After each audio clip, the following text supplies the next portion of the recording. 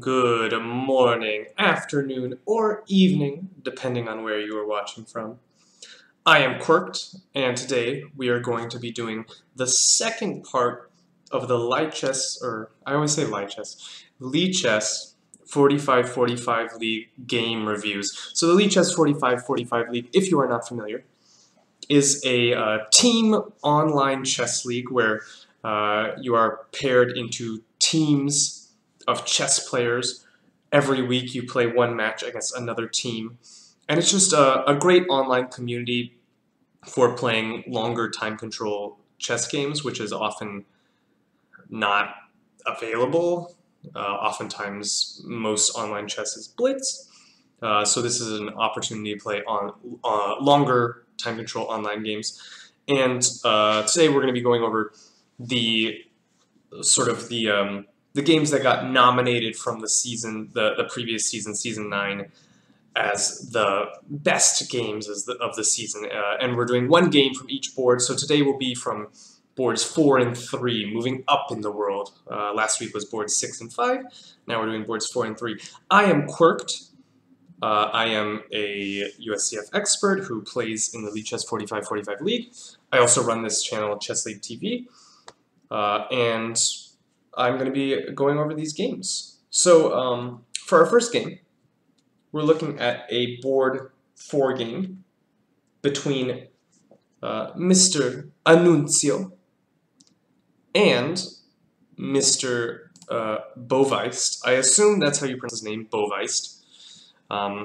It could also be Bavist if you're thinking of the word novice. But I'm going to be saying Boweist because I don't know any better. So we have Annunzio versus Boweist. Annunzio is rated approximately 1800 on Lichess, and Bovice is rated a little bit lower, around 1730. And I was so thrilled to get this game uh, as one of the games to review. This game is so instructional. There's great moments in the opening that are incredibly instructional, and there's like an incredibly instructional rook ending in this game. And rook endings can be really, really challenging and tricky for people of all levels of chess. And it even took me a while to understand this rook ending. So I think this is a super interesting game, and I'm happy to be going over it. Last video we saw 2 d4 games. The trend continues. Anuncio opened up with d4, d5, knight f3, and here we just have an incredibly flexible position. Thousands upon thousands of master games in this position. Knight f3, white commits to playing just a solid, flexible game, not opting for the more mainline c4, which is considered white's best try for an advantage. But knight f3, incredibly flexible, can often transpose to a c4 opening. And here black opts with c6. He's going to go for the sort of a Slav setup. This c6 d5 pawn chain is the defining structure of the Slav defense. And here white plays something interesting. So if white goes c4, here we'll end up in a mainline Slav or semi-Slav, and this would be totally normal. But white actually does something that I like here. White opts to go bishop f4. And what white is doing is, okay, now we have a London position, but oftentimes in the London, black likes to go c5 in one move. So now that black has played c6, this move bishop f4 makes, I think, a little bit more sense. I'm not a huge fan of playing bishop f4 on move 2. I think black equalizes quite quickly here.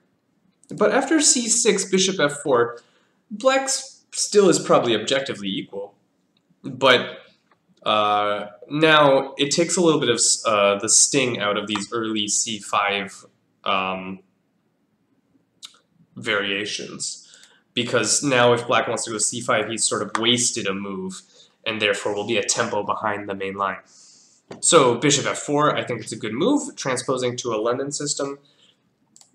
Knight f6, black develops, makes a lot of sense. And here I think white plays a bad move. And this is something I see a lot at lower levels. White here goes h3, which I really, really don't like. So white has a clear idea associated with this move. White's idea is he doesn't want knight h5 to win the bishop pair. But if we examine what happens after the much more natural e3, we'll see that knight h5 is not a threat here. So after e3, if black goes in for knight h5, then white just moves the bishop. And now this knight on h5 becomes a tactical target.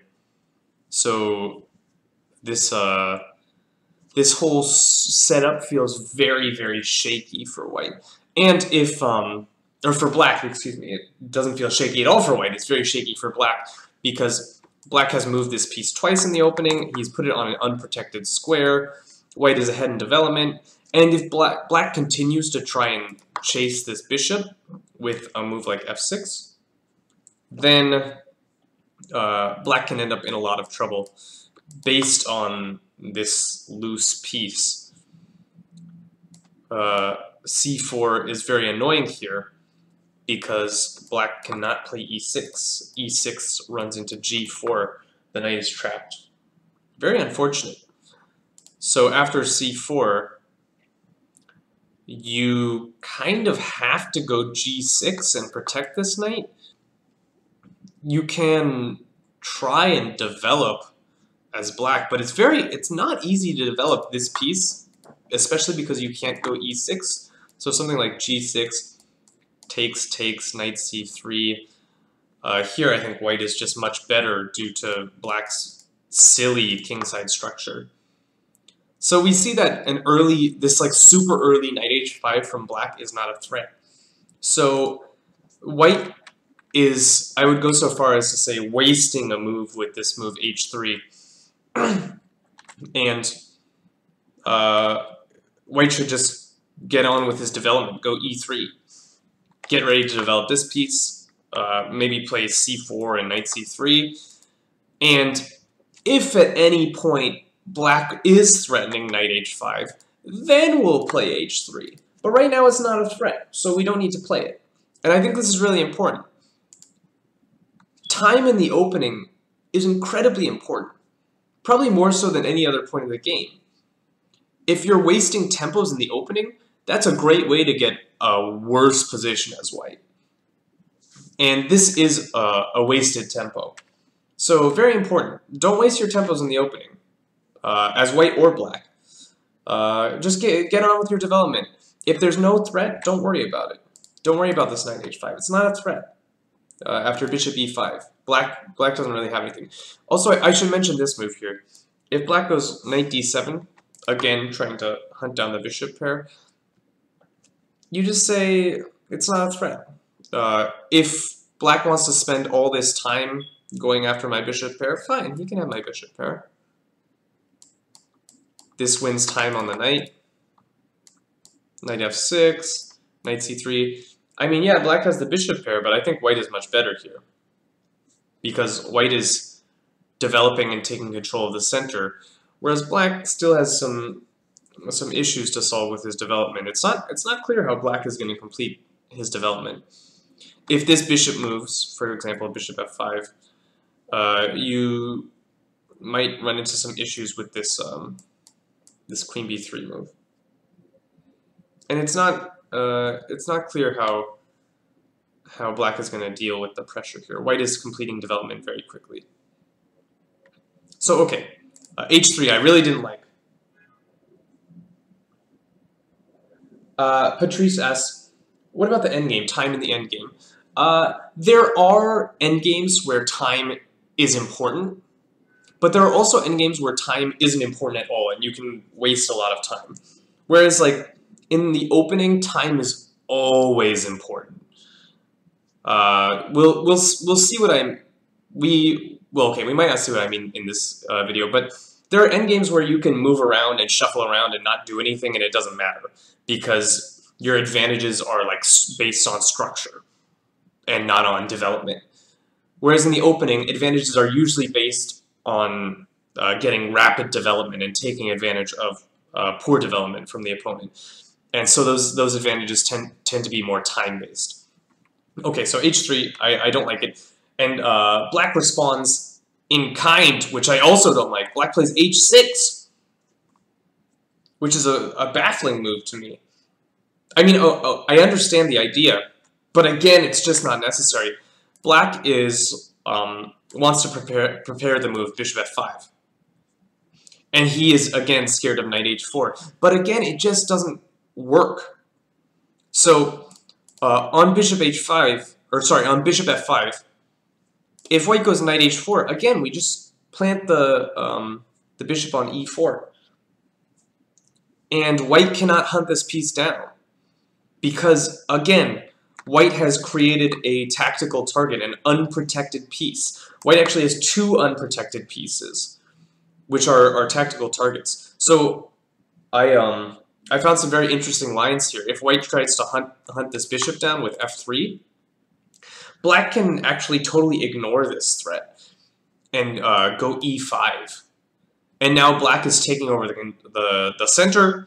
Black is throwing a punch at the bishop. Black is opening up this diagonal against an unprotected piece. And we see that white is actually starting to build up a massive disadvantage in the game.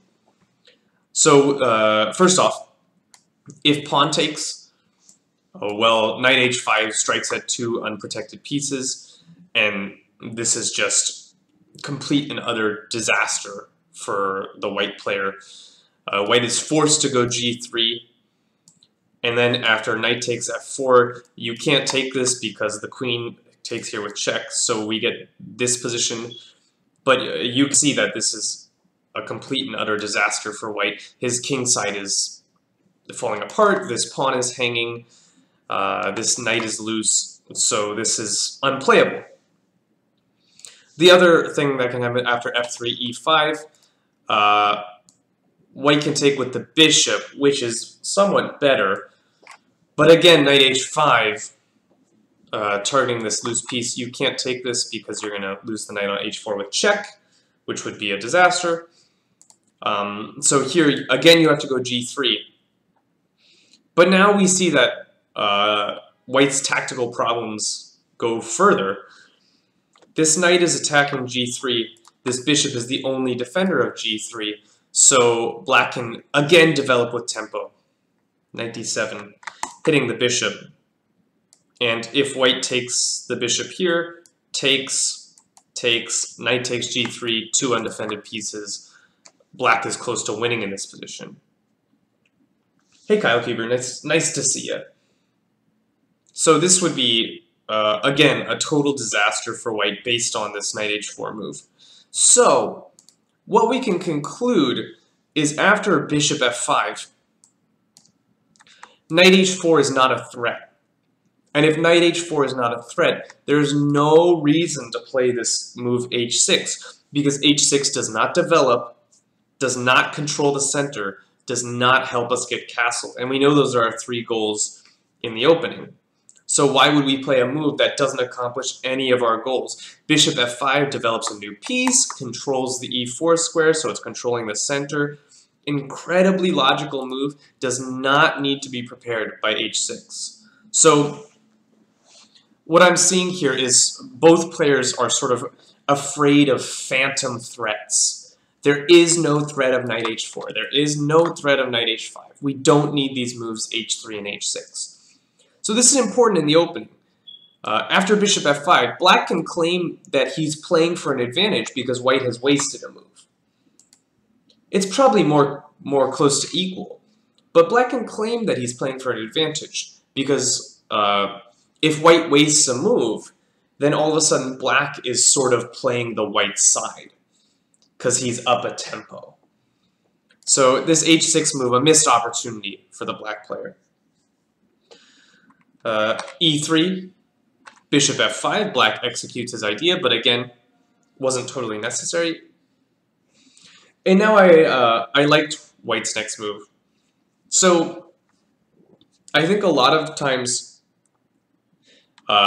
people who play the London can be a little bit lazy in that they play sort of the same moves every game.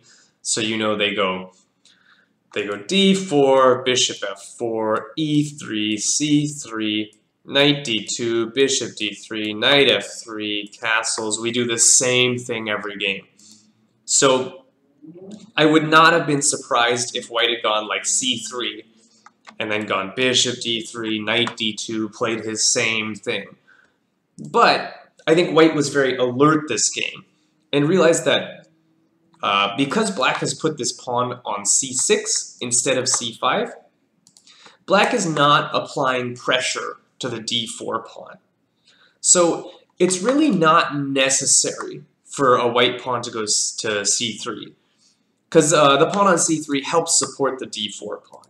But in this case, if black is not putting pressure on our center, we should put pressure on black's center. So white played c4, which is a good move. And now I think black makes a pretty significant mistake. It's, again, very early in the opening, but I don't like the way black plays here. I think a logical move would be to continue developing with e6. Again, preparing to develop the bishop, preparing to castle, supporting the black center. And this move makes a ton of sense. But instead, black chooses to take on c4, which is an idea in the Slav defense, but this is no longer a normal Slav defense. And the reason this is no longer a normal Slav defense is most of the time in the Slav defense, black has committed to e6 with the bishop still on the c8 square. So in those situations, oftentimes black's main strategic idea is to take, play b5, put the bishop on b7, and then play c5, and get this nice diagonal for the bishop. But in this case, with the bishop on f5, none of those ideas are, or those ideas make less sense because we're not gaining this powerful diagonal for the light square bishop. So taking on c4, to me, just seems to develop black's pieces for him, and doesn't really, or sorry, develop white's pieces for him, and doesn't really accomplish the usual goal of gaining queenside space and developing the light square bishop, because the light square bishop has already been developed. So this dc4 move, I do not like. I do not like. It just helps white develop, because now white gets to develop the bishop with tempo. Okay, so white recaptures, makes a lot of sense. White already has a strong threat in this position. The threat is queen b3 with a double attack. So black prepares to stop that with e6. And here white castles. Black gets on with his development, very good, bishop d6. Note that even though this is technically black's good bishop, and this is technically black or white's bad bishop, because white has all these pawns on dark, white's bad bishop has come to a very active diagonal, and it is important for black to trade this off. For instance, if black were to play bishop e7, we can compare these two bishops, and even though it's white's bad bishop, it is more active than black's good bishop. So this move, bishop d6, offering the trade of bishops, makes a lot of sense. White is forced to take. If white goes back to g3, that will destroy his structure. If white drops all the way back to h2, then either the knight or the king will be forced to take on h2. Black can develop with tempo, queen d6, check. So white should take this, which he does. And now I think white plays a little bit inaccurately. It's hard to fault the move that white played. White played knight c3, which appears to be a good move, because white is developing his last minor piece. That's very sensible. He's starting to take some control of the e4 square, which is important because white's main strategic goal here is to play e4. So this seems like a very logical, very good move. But I'm just going to complain about the move order a teeny tiny bit. I think better is to develop the queen with tempo. Queen b3. And this throws a punch at the b7 pawn. And now black likely has to sort of lose a move or waste a move going queen c7. And that's detrimental to black because black would like to get on with his development. This piece still isn't developed, his king's still in the center. So black is having to waste a move while white has developed his queen to a good square. But the other thing to note is that after queen b3, black does not have to go queen c7. Black can play sort of in the spirit of the Slav defense and go b5. But in this exact position, white can go bishop d3, trade off this strong piece. Again, it's black's bad bishop, but it's come to an active square. And after this trade, white is ready to play e4, and white is also ready to start attacking these queenside pawns with a move like a4. So white has really achieved a lot here. White has two strategic plans. Black, it's not so clear exactly what he's doing. Maybe black cannot try for c5 quite yet because the b5 pawn is hanging. So c5 would be a blunder, just losing a pawn. The idea behind c5 was to exploit the unprotected queen, but currently it's not working. So we see what happens if white plays 10 queen b3, throwing a punch at the b7 pawn. He either wins time by forcing the move queen c7, or he trades off the light square bishops and prepares to go e4 or a4, attacking the weak queenside pawns.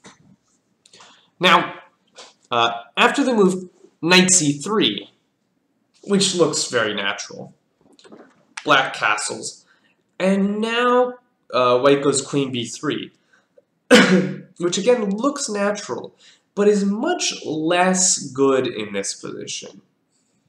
And the reason it's less good is now after b5, we don't have this move bishop d3, because all of a sudden this knight has come and interrupted the connection between b3 and d3. So queen b3 played in the game, and now b5, and we see that this bishop actually has to drop back to quite a passive square. This is not really what white wants, because after bishop e2, knight d7, black is going to go a6 and c5 and have a reasonable game. All his pieces make sense. He can bring his rooks to the center. He's going to challenge white's center with c5. And this is all good. This is all what we want to accomplish as black. Whereas if we compare this to the other position we got, here black's not even castled. He's not ready to go c5. White is already ready to strike at black's weak points. And there's just a marked improvement for white in this position. Excuse me, my phone's ringing. So just a slight move order improvement for white, I think. Going queen b3 before knight c3, allowing this move bishop d3. Pretty important. Because we saw this queen b3, b5. And here, I think white realized that after bishop e2, black doesn't really have any problems. But white went a little bit crazy here. And so bishop e2, as far as I'm concerned, is an only move. I don't see what else I would play. But white tried sort of the insane bishop takes b5. And when I saw this move, I went, what? And there's not really much to say about this move. There's just not enough compensation. You don't get enough for the piece. After takes, let's assess this position and see what white has for the piece. Okay, white has 2 pawns for the piece, clearly. And white has won a tempo against the black queen. But nothing more than that. It's not like white has passed pawns. In fact, none of the white pawns are passed, so it will be quite some time before white is able to make use of his extra pawns. White doesn't have a lead in piece activity. In fact, if we look at the development, black has 3 pieces developed, white has 3 pieces developed. So when I'm assessing this position, I just say black is winning. White does not have enough compensation for the piece. And when you're considering a move like bishop takes b5, you have to seriously assess the position. Because if your assessment of the position is wrong at the end of the line that you calculate, then you're losing. You gave up a piece, right? So when I get to this position, and I start assessing this position, I'm like, if I'm white, I'm just like, I'm losing. I don't have enough compensation for the piece. And I'm not sure what white missed here, really. Maybe he missed the move that bishop e2 is possible here. But either way, this is such a committal decision that you really have to seriously consider it. And after the move queen b6, which is a nice move from black, black is going to try and trade off material and then just be a piece up. And it's hard to argue with that. Now, from this point forward, you guys can see that the game was drawn. But I assess this position as winning for black. So from here out, we have to see exactly how it went wrong for black. Because this is another case where black has what I'm going to call a winning position and did not win. And we talk about how winning a one game is one of the hardest things to do in chess. And this is just another example of that. Somehow, it doesn't quite go to plan for black. So let's see what happened. Rook c1, very sensible.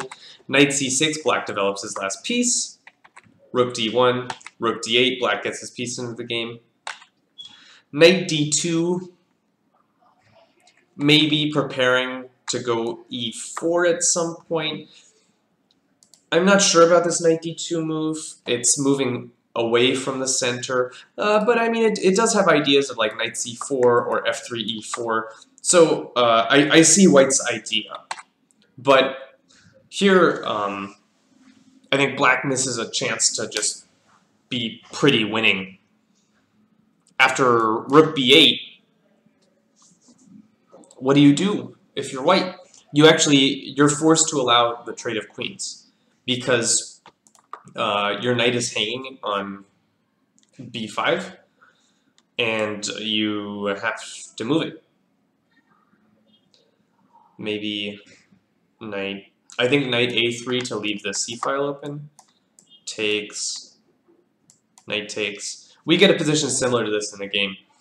And now the knight is hanging, so you have to do something about it. But in this position, black has achieved the trade of queens, and now it's just a piece up.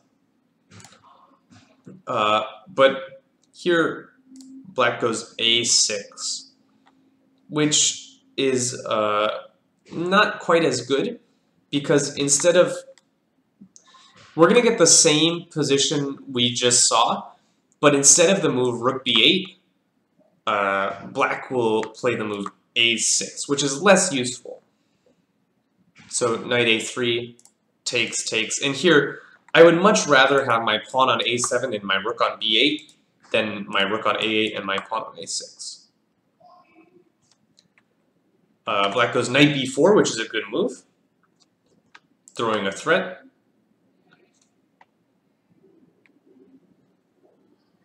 Zinner a lot asking, when are the pairings of Season 10 going to be released?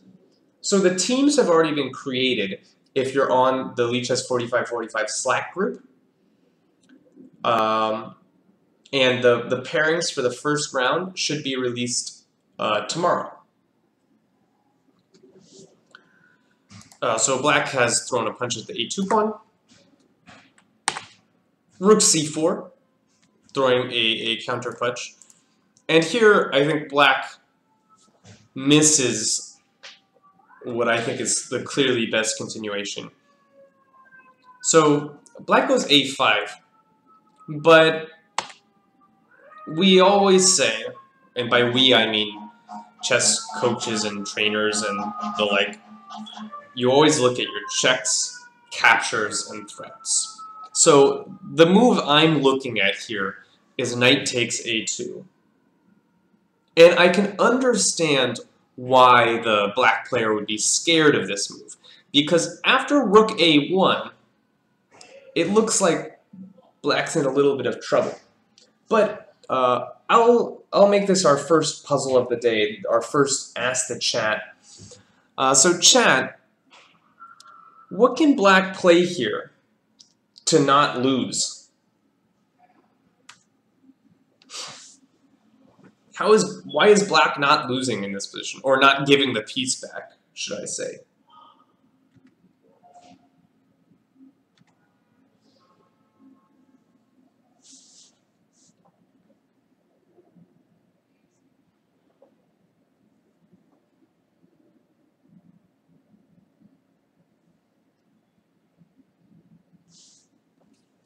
Very good. 3 players have correctly identified rook b8. And the problem for white is if he takes the knight, well, uh-oh. When we took the a2 pawn, we unprotected the knight on b3, and this is winning for black because white now has a single pawn for the piece, which is just disastrous. So here, black really needed to analyze this move, knight takes a2. And when you see a move like rook a1, you can't just go, oh, it doesn't work. You have to continue calculating, looking at your checks. I don't have any checks. Captures. I don't have any captures.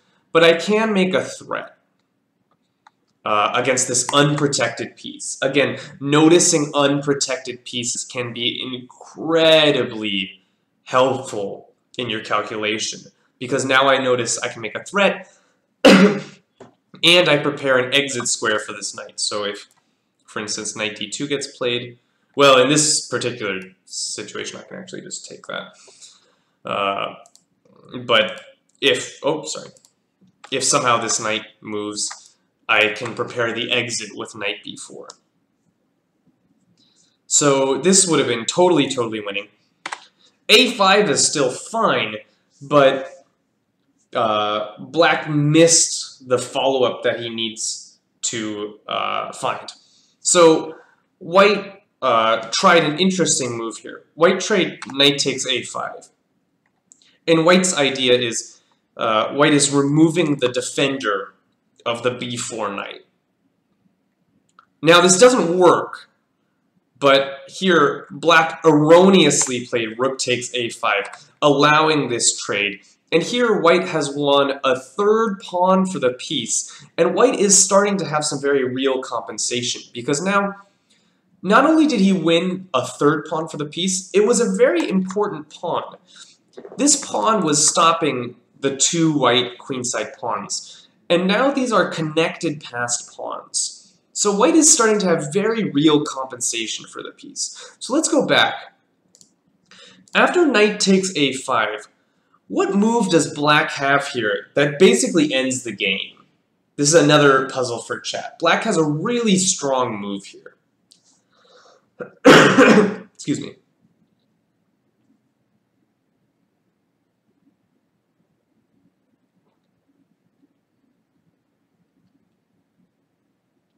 This is a good one.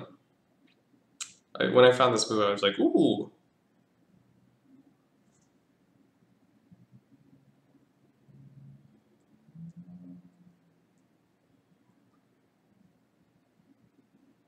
So rook a5 was played in the game, but this just trades knights, right? Black has something much better than rook a5 here.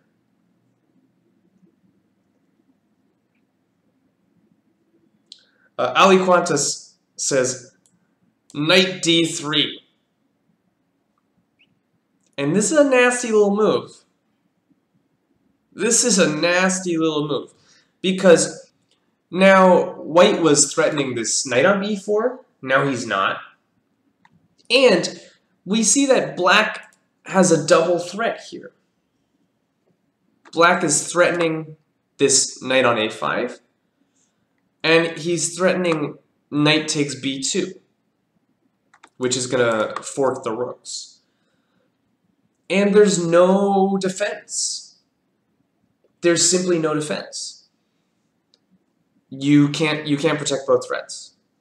So that's why knight takes a5 doesn't work. It fails to this clever move, knight d3. And this is another sort of tactical pattern to look for. Here, white has put his knight on pre. And we also have a piece on pre.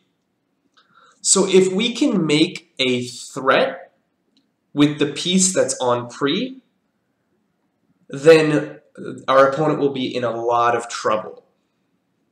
Because his knight will still be on pre, and there's going to be a secondary threat based on the move we've made. Now, this is a pretty complex geometrical tactic, but when you think in those sort of terms, well, my opponent's piece is hanging and my piece is hanging. Can I make a threat with my piece that's hanging? It's a sort of like a desperado tactic. And now black is just winning. There's nothing to be done. So knight d3 is a very nice move. Okay, not found. Rook takes b4. And black is still much better here. But black is making life hard for himself. Rook c8 taking the file, it's a good move. Here, I thought white played a little inactively. Rook b3, I didn't really understand the point. I mean, I do understand he's stepping out of the threat of knight d5. His idea also might be to go rook c3, but rook c3 is never really a move you want to play because that would split up this queenside pawn duo, and connected pass pawns are much stronger than split up pass pawns. So I'm not sure about this rook b3 move. And I'm also not sure about black's next move. I felt like the players didn't really have a great plan here. Here, I would look at getting this knight involved in the game. I think knight d5 makes a lot of sense here. Although you do have to see some ideas here. Because, actually, I don't think knight d5 is playable anymore. I think if you want to go knight d5, you had to go do it the previous move. I think you have to go knight d5 here when it wins time on the rook. Because if we look at knight d5 in this exact position, after f3, it looks like the black pieces are a little bit uncoordinated here. You probably have to move this bishop, and this pawn is protected. What was the problem with knight c6 after knight d3? Okay, let's go back really quickly. There's a question about the tactic here. Knight c6.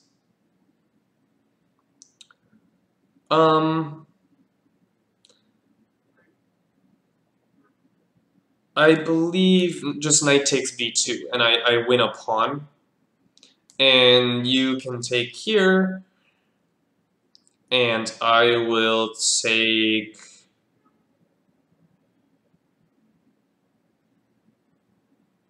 I'll take this, and both your knights are hanging. That's your problem. You end up with too many hanging things. You have a lot of hanging knights. So this just isn't working. It's a good question, though.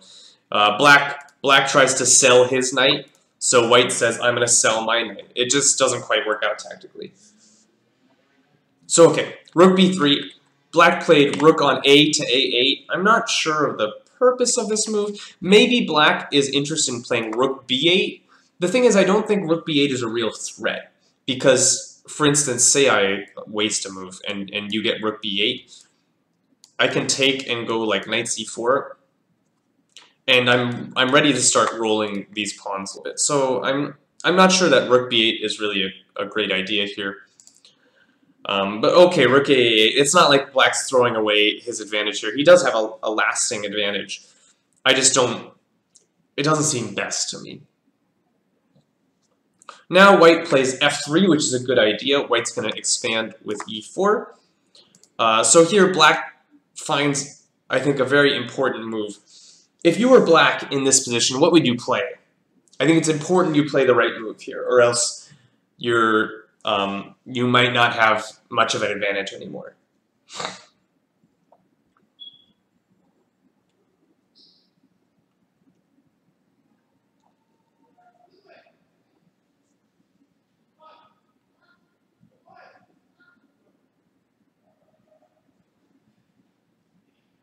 Yeah, we found it. White is threatening to play e4, which will just totally shut down this diagonal, and we're risking having a really, really useless bishop. So the black player realized this and played the move bishop c2, which is a good move, forking the rooks. And after knight takes c2, now the rook gets to enter on the second rank. And we know that, especially in the endgame, we love having the rooks on the 2nd or the 7th, because we're just going to eat all the pawns. And here, white goes a3, because the a2 pawn was hanging. And now I'd like to pause, because I think from this point forward, black doesn't play with a very clear plan in mind. So let's take a moment, and I'd like us in chat to formulate a plan for the black player. If you had black in this position, how would you go about converting your advantage? Because right now, you're up a knight, but white has 3 pawns, and these A and B pawns can potentially become extremely dangerous if you don't do something. So I'm not necessarily thinking about moves, but just long-term plans for the black player. What would you like to accomplish?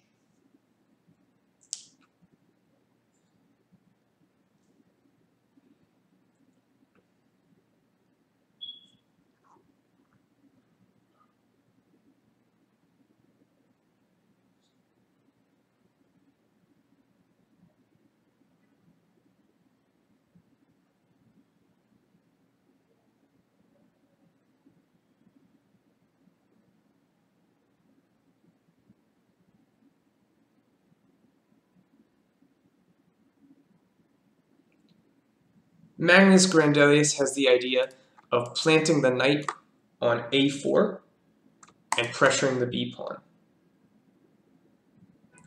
Colwell wants to blockade the passed pawns.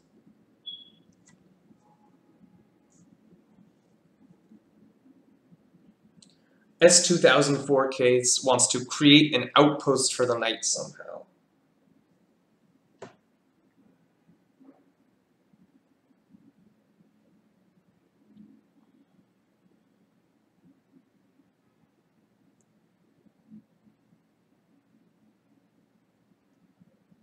Interesting ideas. Interesting ideas. So, this knight on a4 idea is interesting. It really isn't my first instinct. It's probably not a terrible idea, however, to transfer this knight to a4.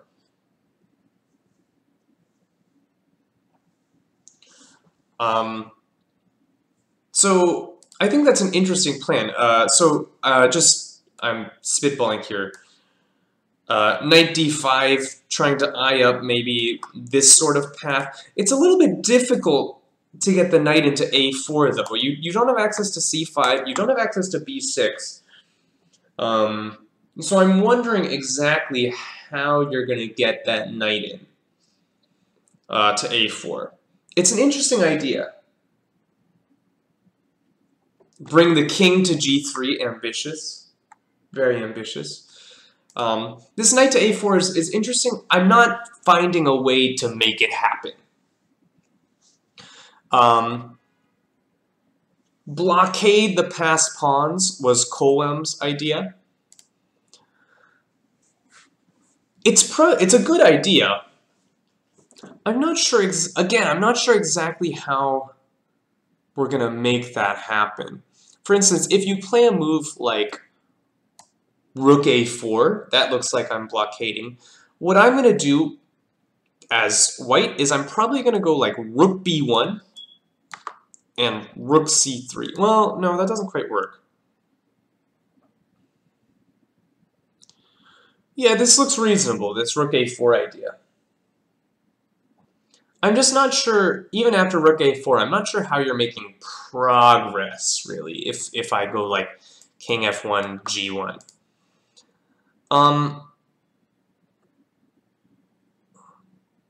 So I think we're seeing the sort of the difficulty of this position for black.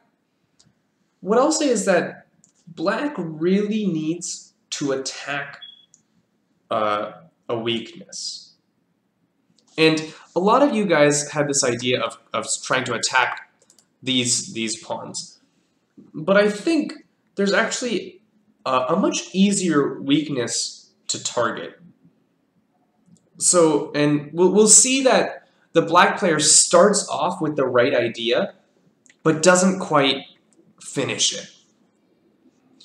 The black player starts with rook c8, which is a fine move.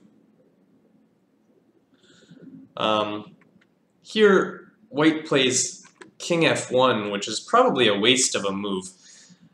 Maybe the idea is to get the rook to e2, but it's just not going to happen. I think white needs to start his counterplay immediately with a4. But even here, black's idea should work. So rook c8, king f1, sort of a waste of a move. And now black starts on the right idea here, which is knight to h5. And S2004K mentioned this, maybe not in this exact move order, this idea of creating an outpost, perhaps on the g3 square. He had gone with the move order h5, h4 before this. Not totally necessary because the king can't really challenge here. Although I guess it could have challenged if it was still on the g1 square. Now white gets going with his counterplay a4, knight g3 check, king g1. And here I think black still plays a reasonable move, but there's a pretty nasty move for the black player here. What can black do here that just continues to put pressure? How can black pressure the white position?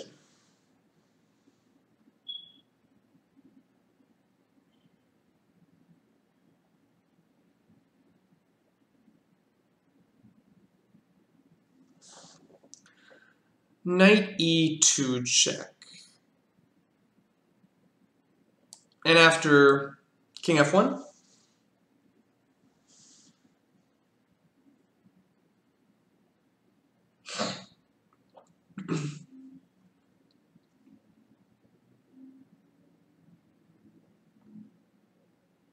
I don't see how this immediately does anything. Rook e2 is a good move.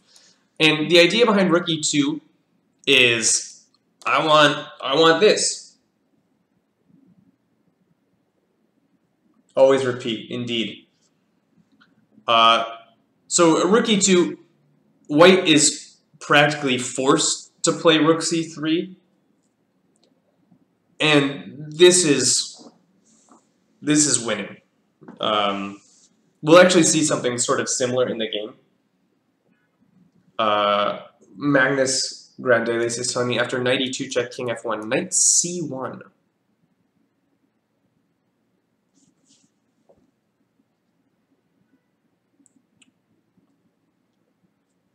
Is annoying.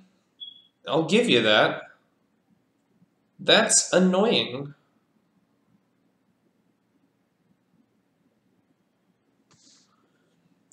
Here I probably go rook b7. It's complicated. I might start getting my pawn going, though. This might be a little bit unfortunate. These guys are starting to aim up. Are you gonna go knight b3? No, you can't. Haha, just kidding. So I'm not sure about this knight e2 idea. I think rook e2 is pretty clear. Because you're forced to play rook c3. You can't allow me to double. I think the most decisive move here, it's kind of a brutal move, is knight f5.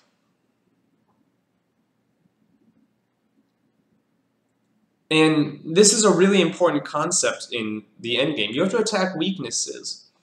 And right now, he's weak.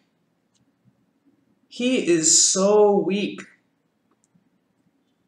And I just want to attack him again. I'm going to play knight h4 next move. And you have a problem. Because I don't know how you deal with knight h4. You most likely have to go rook f1 here, I think, to try and trade this off. But now, like, rook e2, and this is just total disaster. Again, you probably have to go rook c3, take, knight takes, and you're falling apart here. So this is just not playable, unfortunately, for the white side. I like this knight f5 move. Go after those weaknesses, right? Rook e2 is also winning. Don't get me wrong. Rook e2 is a great move. Because after rook c3, I mean, black can even trade and play like this. The black player played another interesting idea, which is h5. And there's actually an idea behind this. But black later showed that he didn't fully understand the idea of his own move.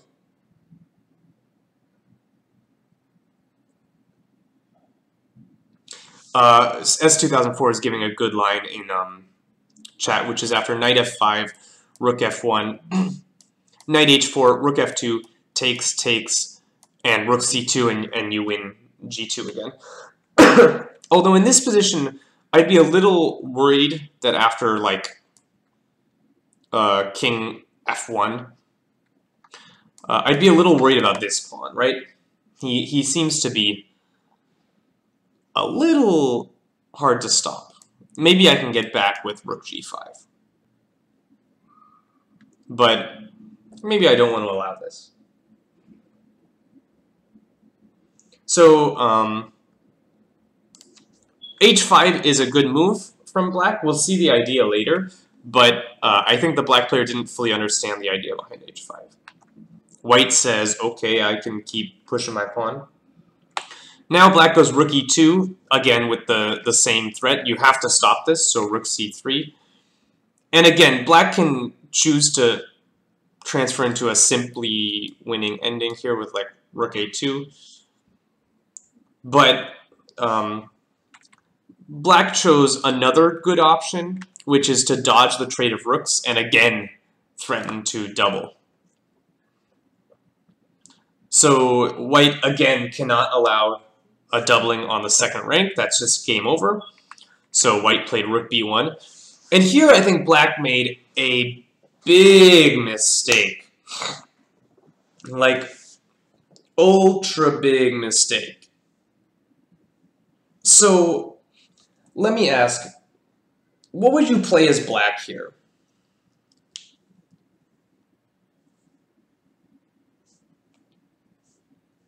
There's multiple good options again, but what would you do as black?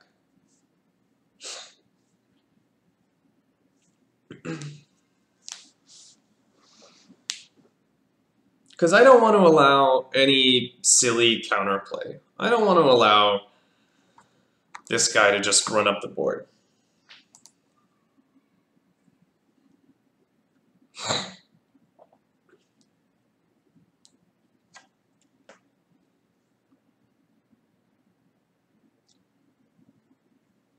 Something pretentious suggests rook on e takes b2. I think either rook is going to transpose into the same thing because white will take. Here, I'm not thrilled as black, to be honest.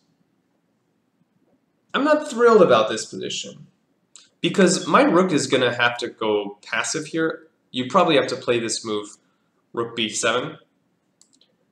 And now king f2. Am I winning this as white?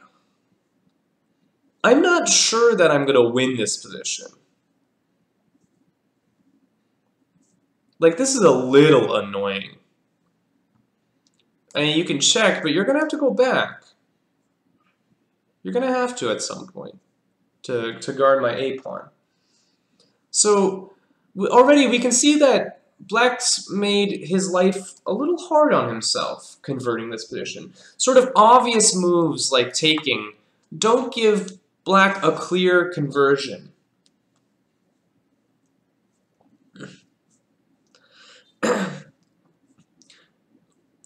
I'm not sure I like trades when my knight's on g3, my extra piece is on g3, and your pawn's on a5, right? I'm not sure I want to trade stuff off.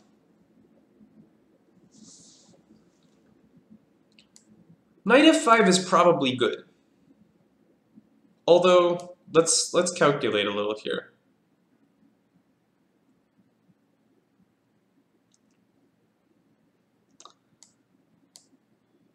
Don't you have a problem? Isn't this a problem? You can have this pawn.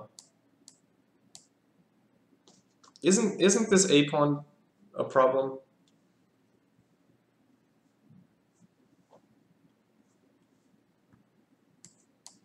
Probably have to go rook a8.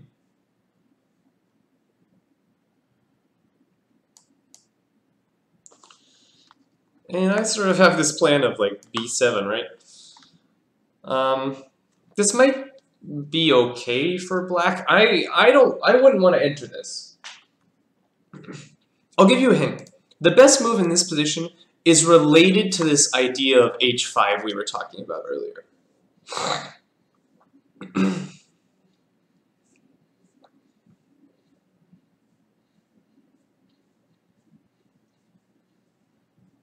It's related to this h5 idea.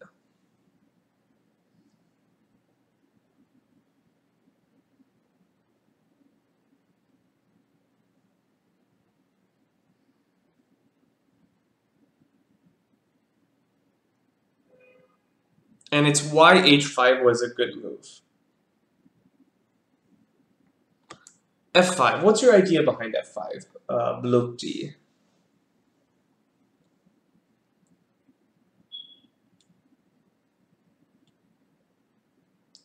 f5, g5. You can't be too slow with f5 and g5 and stuff. This guy's coming.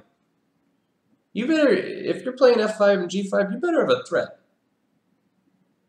Oh, you want to play g5, I understand. What's your threat, though, right? Yeah, S2000's found it. h4 is the best move.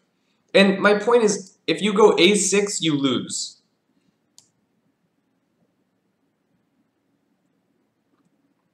Because you cannot take this rook because it's mate. And the knight is protected on g3.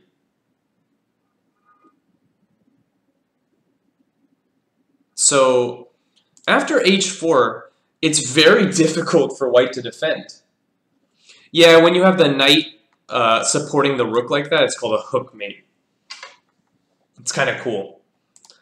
So this mating pattern with the knight supporting a rook mate on one of these squares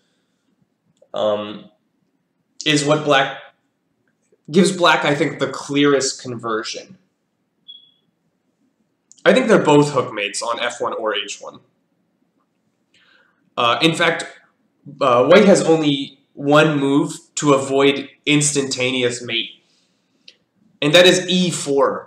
The point of e4 is that the king is now given the e3 square. But what can black play in this position?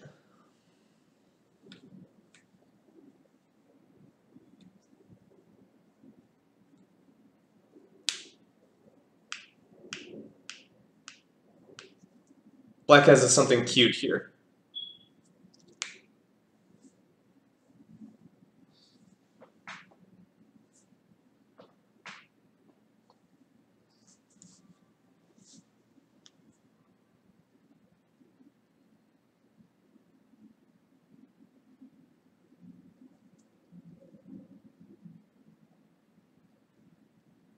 Because if you enter the same variation, white can actually take and not get mated. Aha! Ali Qantas is abusing the geometry of white's pieces with a nice strike. Rook takes e4. Suspicious. And the point is, of course, if you take, I have a check. You come out. I can take this, and unfortunately, you're in a pin. How annoying. How annoying. And if you go for this, my knight all of a sudden gets back in time. And my knight has ended up on the correct side of the board. It was stuck on the wrong side of the board. Well, not the wrong side of the board, but it was stuck, unable to do anything about these pawns. And all of a sudden, my knight has gotten back to defend. And here, because I won a pawn, I should be good to go. It's not 100% clear at this point, but I should be okay here. Maybe even more accurate is to go take this and not worry so much. Oh! Hey, guess what? The rook's hanging. Who knew? Who'da thunk it? Yes, probably better. With some advantage to black. So yeah, this is clearly winning. Obviously, white can't allow the rook to hang, but then he's just losing pawns. So okay, instead of all of this, black played what I consider a bad move. Black played rook a8. And this is not good, because black is going passive, and if white gets time to bring these pawns up the board, it's not good. If white gets enough time, white will just have advantage. So rook a8, very passive. You never want to play passive. I mean, we all have heard that, of course. But this is an example. Black's playing passively here. And here white, I think, made a mistake back. Rook a3 is not best. It's not a terrible move. But instead of rook a3, white should go b4. Get his other pawn rolling. Eliminate any threats on b2. He's got his passed pawns rolling up the board. Then you can think about going like this rook stays on the c file as well. So this is very unclear. I'm not sure black has much of an advantage at all anymore. So this would be very good. After rook a3, now black can claim some advantage probably. Black could just repeat with rook c8 as well and get a normal position. But black went knight f5, which is fine. b4. And here, black blundered away any advantage. But it's a natural blunder to make. So, let me ask, black really only has one move to keep advantage. How can black continue his advantage? There's only one move.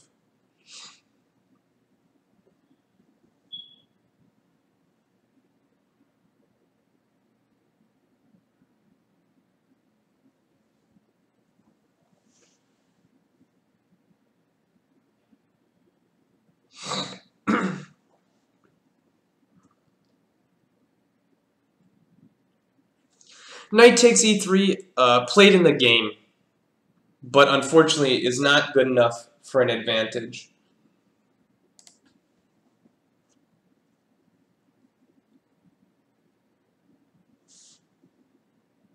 Because white is too fast now. Black has to generate some serious business.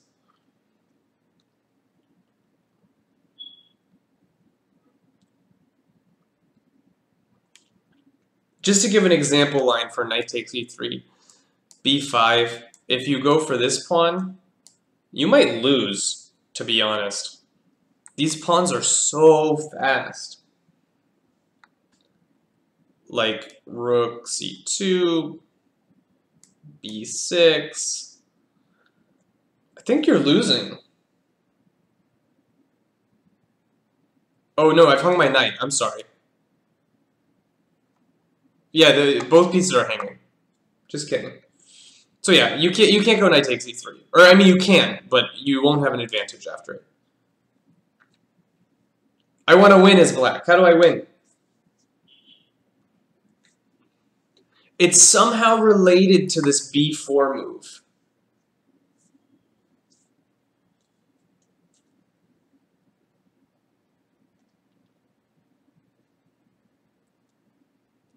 Rook a2. How are you going to get rook a2 in?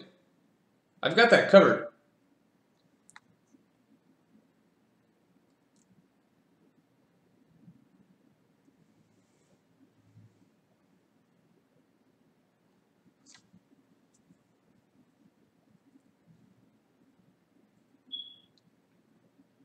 All right, I'll give us this one.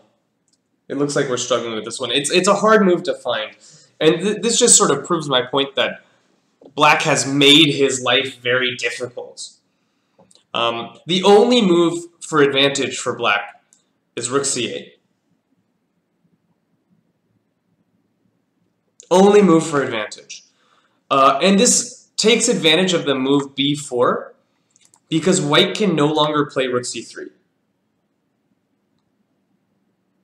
Only move for advantage. And black has big-time mating threats.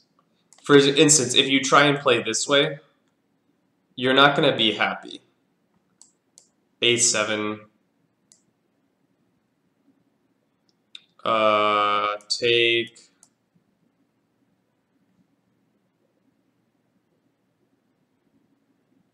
Let me calculate this.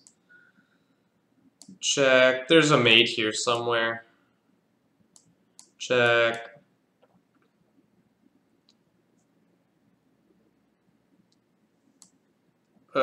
Where's mate?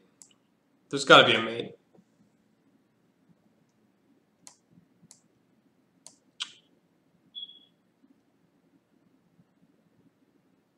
Where's the mate? Hold on. Rook c2 to a7 takes. King f1. I do this one. There we go. There we go. There's the mate. This'll mate. Got it. That's my mate. So after rook c8, white has to grovel and play rook g1. But then I get Ali Qantas's idea of rook a2. And we see the transformation of this position. All of a sudden, the black rook has gone from a8 to a2, where it's much more active. It's able to stop the pawns, and black has advantage here. Oh, hold on. I blundered terribly. As is tradition, I blundered terribly. Because this pawn is defended, so you can't do that. There's mate the other way. Rook ce2.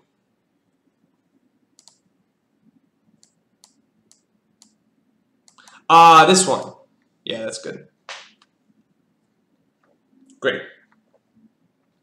Glad we sorted that out. So, yeah, this rook c8 move, hard to find, but it's the only play for advantage. Bovice went in for knight takes e3. Can't blame him. It looks natural. But after b5, those are probably worth a piece at this point. Black tried knight c4, rook a4, hitting the knight. And here black made a good decision.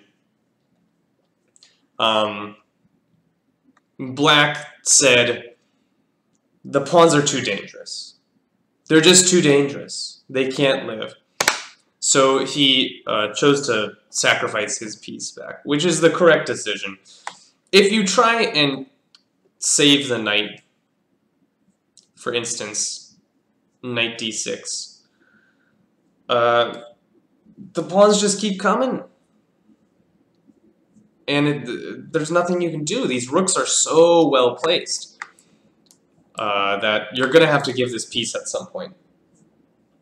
So black correctly gives the piece back and plays a nice move, rook a2.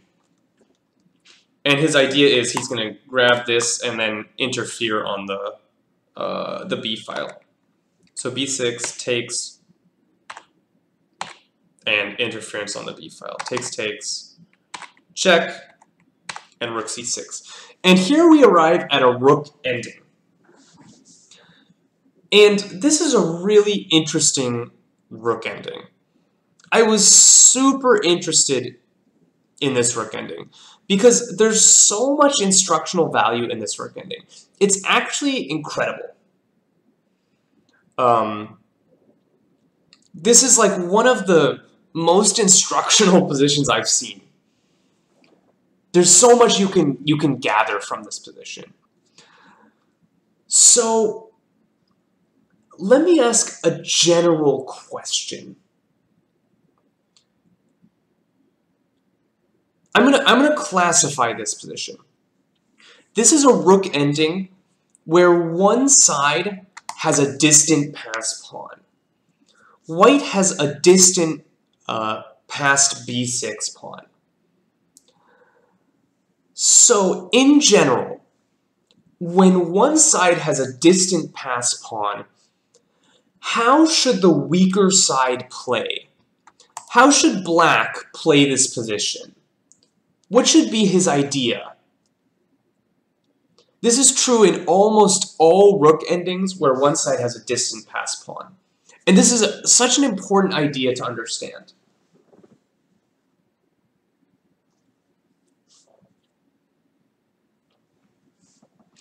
S2000 says black is better. It is drawn objectively. And we'll see in the analysis that it is drawn.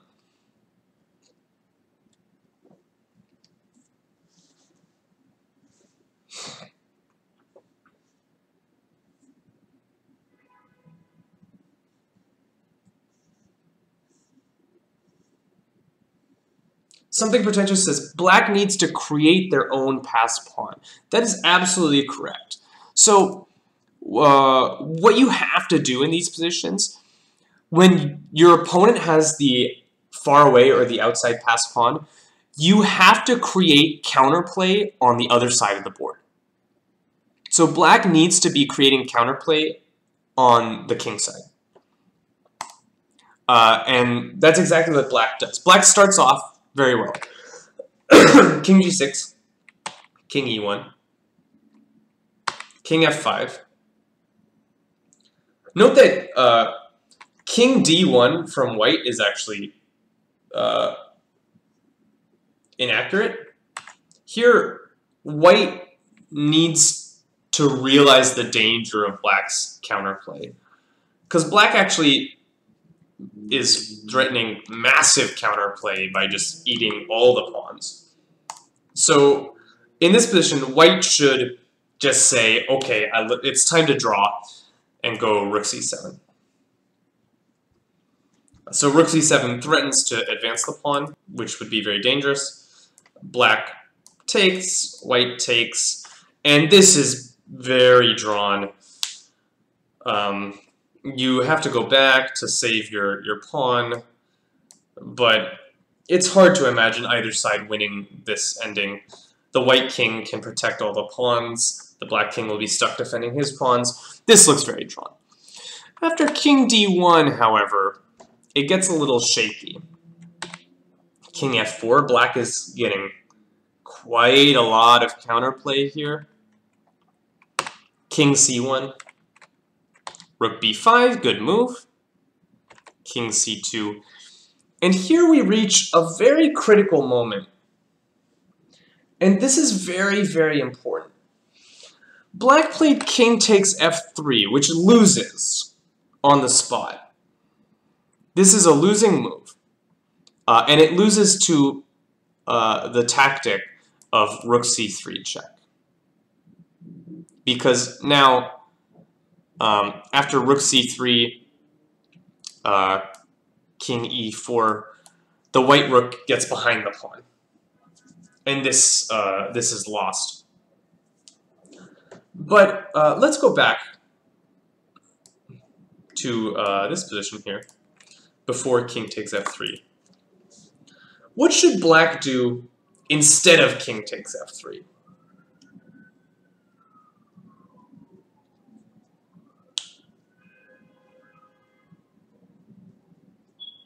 Because black is starting to be better in this position, actually.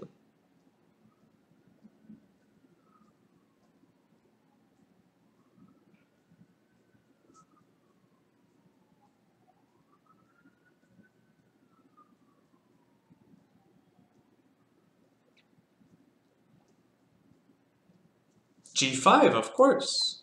Start your kingside counterplay. This is so important to understand these motifs. Get that kingside counterplay going. And if white goes king c3, now we take king c4, rook b1. This is close to winning for black. So just realizing, okay, I can't take here because of this tactical idea of putting the rook behind the pawn.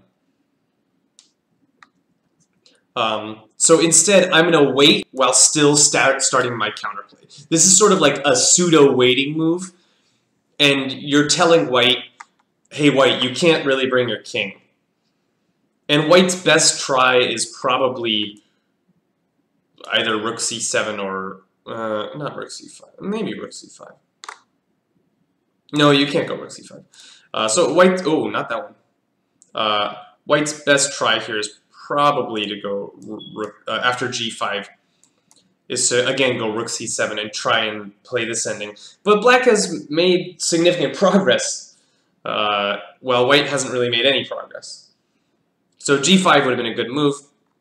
Instead, we saw king takes f3. White missed the tactic king c3, which is a blunder. And now black shows again, a lack of understanding of the ending. Because black plays king e4, which is just the wrong idea. Because, again, we know that black should be creating counterplay. And king e4 is sort of going back to defend. That's not the idea in these endgames. In these endgames, as the black player, I'm already thinking to myself, I'm sacking my rook at some point. That's already my thought. I'm going to sack my rook on this pawn. But I want to have so much counterplay on the king side that I win anyway. So here, black can just get going with g5. And after king c4, rook b1, king c5, we actually see a cool sort of motif from a rook ending here. If you go g4, you're drawing. This move draws because the pawns start coming off, and the white rook will get behind because there's this cute little move d5. So this is sorry guys. This is drawing because the white rook will get in to give checks and just cause havoc. I can give an example line here. Takes rook f6 check. King somewhere. Take. And now the problem is for the black king is he's just going to get checked all over kingdom come. and there's no shelter. So that would be drawing. But we see this cool motif, rook ending motif. After g5, king c4, rook b1, king c5. Instead of g4, black has this really nice move, h4. And what's the idea behind this h4 move? Well, the idea is, if white goes and tries to queen his pawn, black is going to go g4. And after takes, I'll go h3. And what I've done here is I've created shelter for my king. I've created shelter from rook checks. My king is going to hide on the g file. And this is a really cool idea in rook endings, where you use your enemy's pawns as shelter. Now, for instance, after d5 takes, king c7, h2, rook h6, king g2, well, this is just dead lost, because you can't check me, ever. You have no checks. You have to sacrifice your rook at some point. I mean, you can get going with b7, I queen, takes, takes, you queen, takes, takes, and, well, there goes the d4 pawn. Is g4, oops, sorry.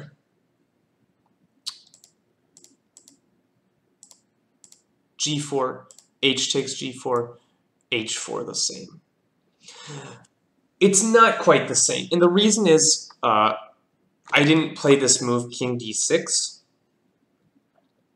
so white has saved a little bit of time here. It might be, you might run into the same problems though as white. d5 takes, check, king g3. Here I win f7 though. I've got time to take f7, which is a big deal. For instance, h3, I can't take the pawn. King c6, h2, rook h7, king g2, b7.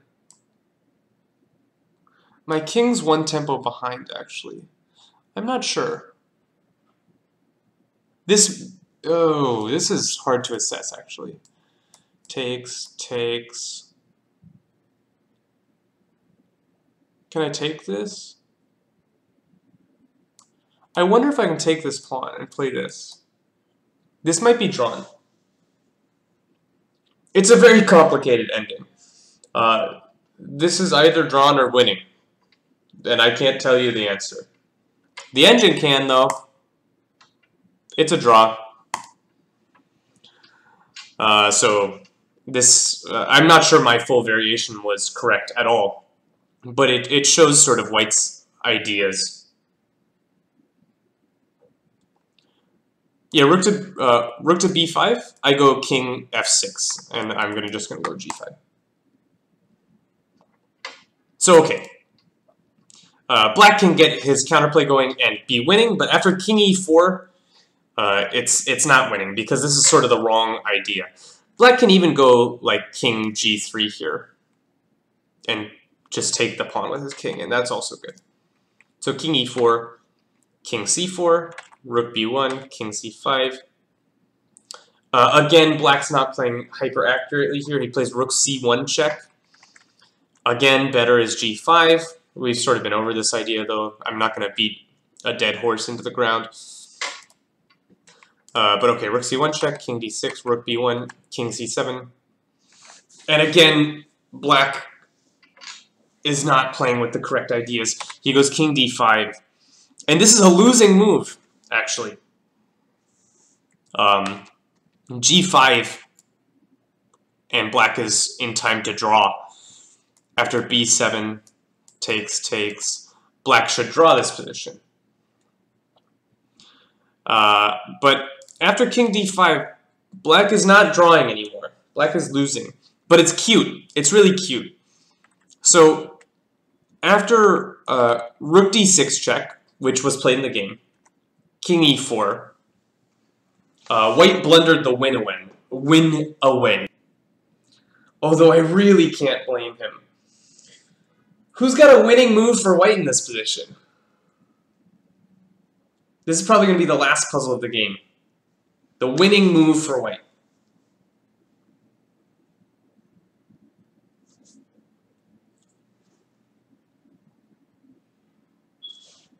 I'm just going to check my phone.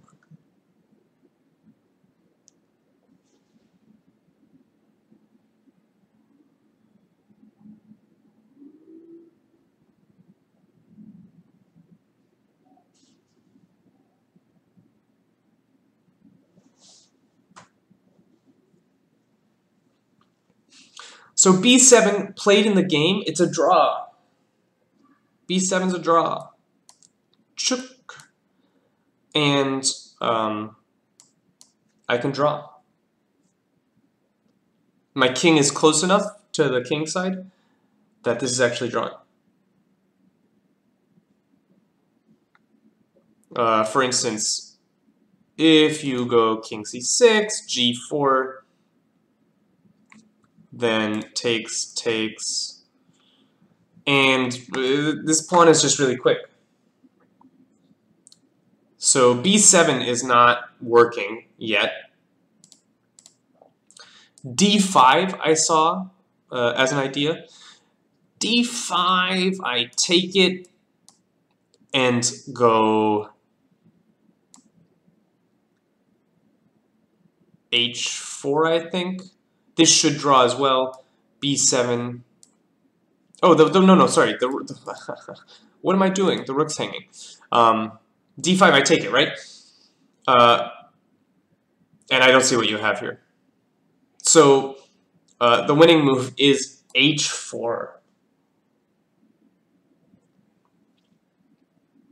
And this is such a beautiful move because what it says is I'm telling black, hey, black, what are you going to do? Do you have a productive move in this position? And the answer really is no.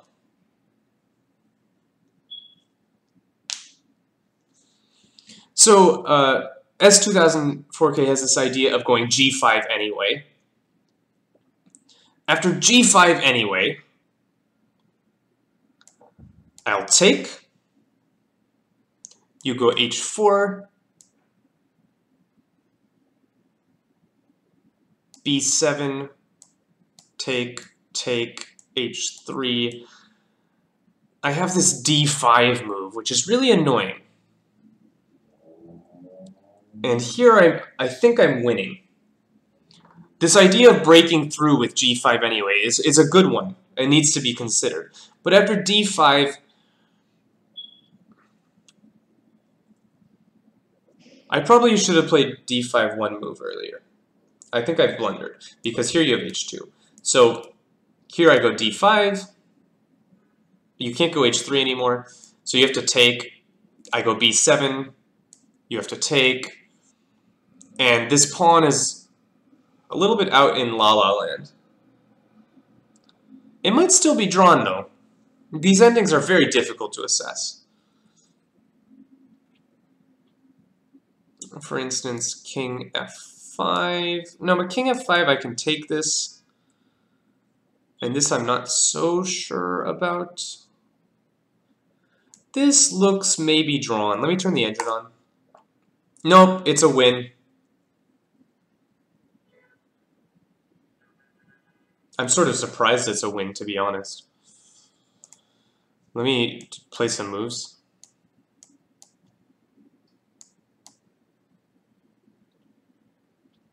Oh, you just sack the pawn for the h-pawn. You sack the rook for the h-pawn. For instance, here. d5, king e5 being given. I take this. Take. And now I have two passed pawns.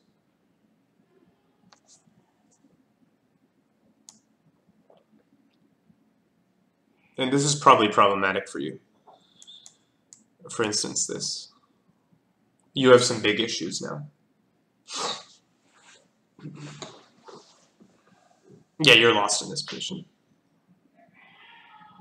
So that's not working. So yeah, this h4 move, just sort of shutting black down, is just a really nice move. And it's basically saying black that you have no productive move in this position. Black can also try f5, which is an instructive variation, by the way, because you actually can't take this pawn. That's drawn. You have to go b7, and after f4, rook d7.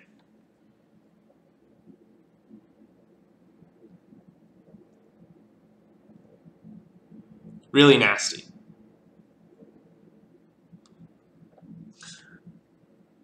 Ali Quantus, I don't have to play rook c6 though. I could play king d7, which is, I think, problematic for you. So here, this is a nice move, rook d7. You can't take this pawn because then you give up your d pawn. And then after f3, you go rook f7, and now black can't take the d pawn because he loses the f pawn.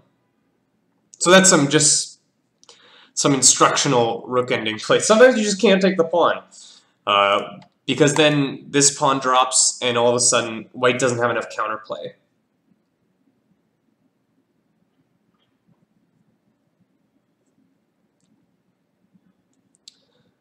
Ah, yes, pawn's going backwards. So in the game, b7 was played. I'm going to run through the rest of the game because we do have another game to go through. g5, missing a common rook ending tactic. And then white missed a common rook ending tactic. White just wins with rook b6, building a bridge. So this was a missed win because after g5, instead of g5, black has to take the pawn immediately. You can't allow this interposition of the rook. But after g5, white queened, which is a mistake. And now this position is just drawn. g4, the king comes, and white has to give the rook for the g pawn. And it's a draw. So a really interesting game. I thought there was some inaccurate time wasting in the opening. I thought black made life really hard for himself in converting the position. He allowed white these two monstrous passed pawns on the queen side, and then some cool ideas in the rook ending, using your opponent's pawns as a bridge, starting your counterplay on the king side. You have to sack your rook before they can interpose the rook, and the sort of zugzwang in rook endings. Yeah, that about wraps it up. I'm going to move on to our next game just because we've been going for an hour and a half on this game. Because look at me spending crazy time on one game. Who'd have thunk? So let's get started on our next game, which is the one, the only Prune 2000, our Lord and Savior moderator, versus Lichess435. And again, this is board 3, so we're moving up. Prune 2000 around 1900 Lichess. Lichess around 1800 Lichess, so a bit of a mismatch in terms of rating. And we see that Prune did win this game. I thought this was also an instructional game because there were some critical moments here that really arise out of the opening.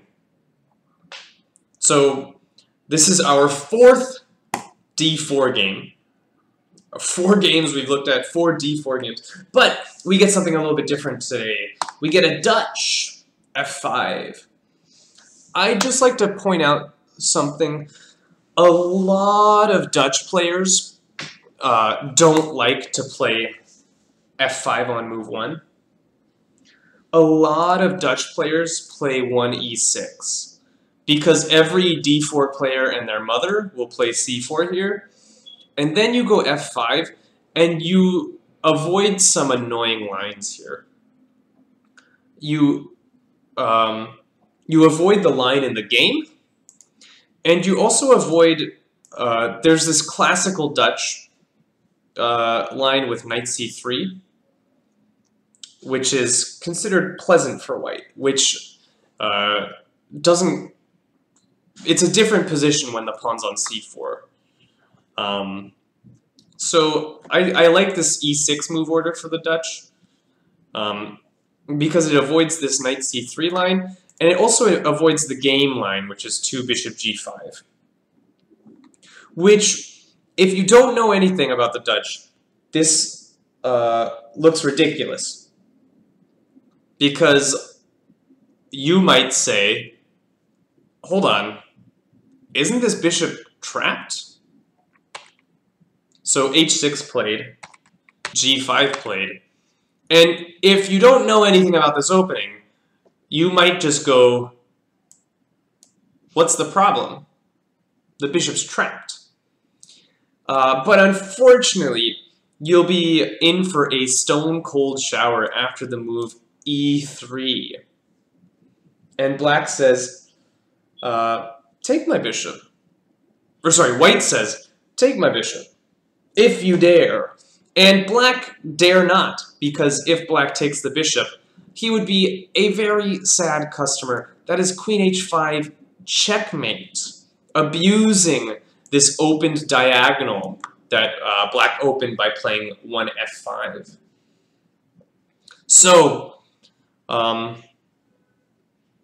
is why, after g5, bishop g3, black did not go for f4, which is basically losing. There's only one master game in the database with f4, which hilariously black won, but black was like totally lost out of the opening, so ignore it.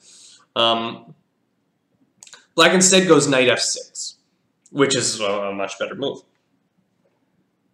White goes e3, bishop g7, knight c3. These are all good moves. White's developing, black's developing. And here black goes d6. And this is a really imbalanced position. And it's important that both sides understand the goals of the opening. Because when you have a very symmetrical position, you can sort of shuffle around and do nothing and it'll be fine. But when you have sort of a weird imbalanced position like this, shuffling around and doing nothing usually means you lose. So white has invited black to gain a lot of space on the king side. But what white really needs to do now is to break down the king side and say, hey black, you overextended. You've done something wrong. And I think Prune 2000 does not do a good job of breaking down the black king side this game. And if white doesn't break down the black king side, then black just gained a lot of space for nothing. Like black just gained a lot out of the opening, and white didn't really get anything. So the main move in this position is h4, which is immediately trying to hack away at black's king side and say, hey black, you are overextended. And black needs to keep it closed. He goes g4. And now there's a couple moves. A lot of white players have tried h5 here with the idea of not allowing knight h5. Although it's not clear that knight h5 is like the end of the world for white.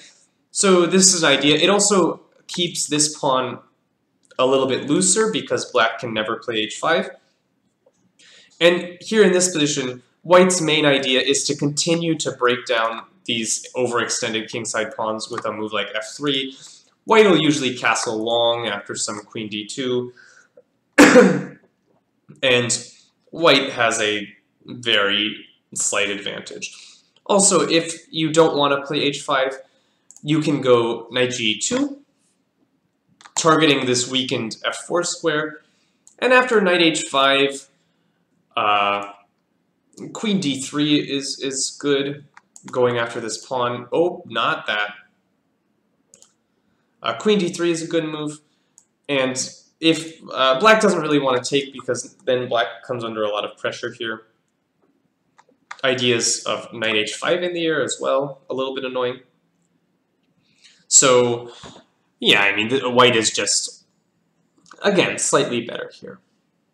So, h4 is the main move, trying to break down that black king side. Because, like I said, if you don't break down the black king side, then you've given black this big advantage for really nothing.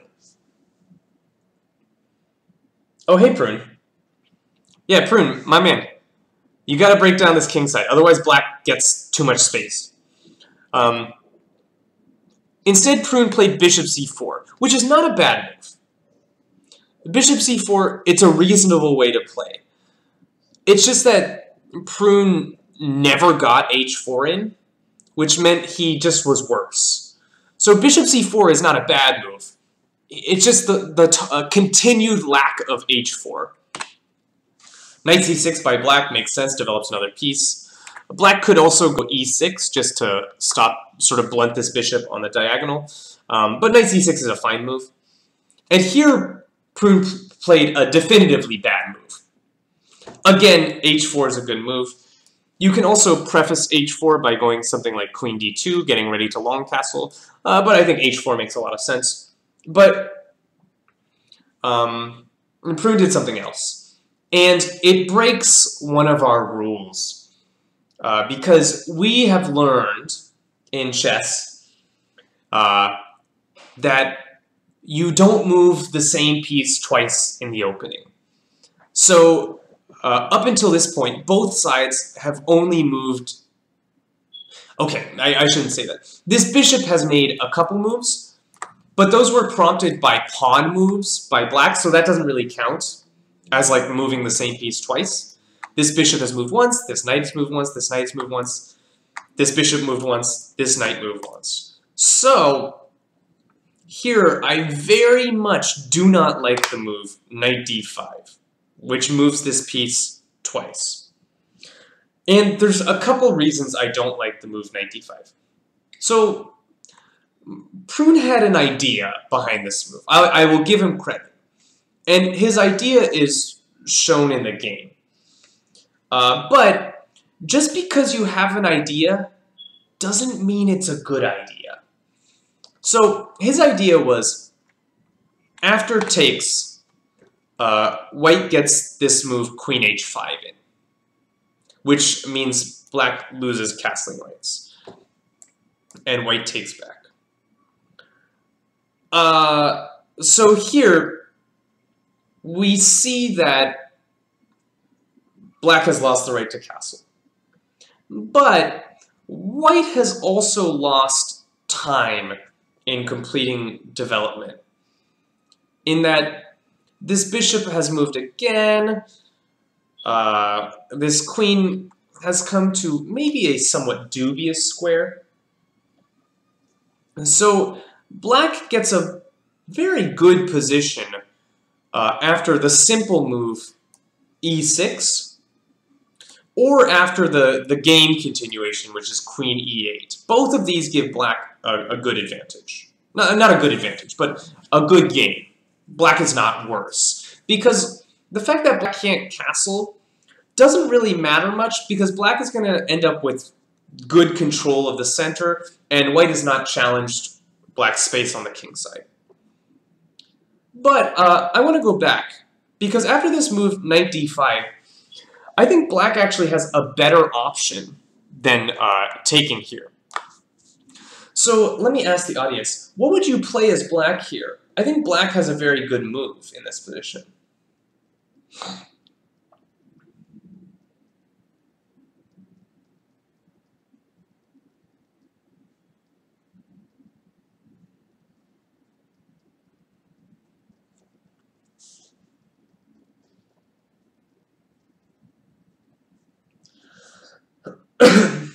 And I think maybe both players didn't realize one of the unintended consequences of this knight d5 move.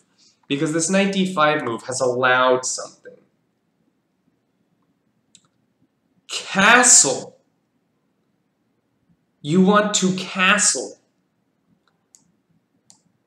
Is this because you don't like having pieces? I think you don't like having pieces.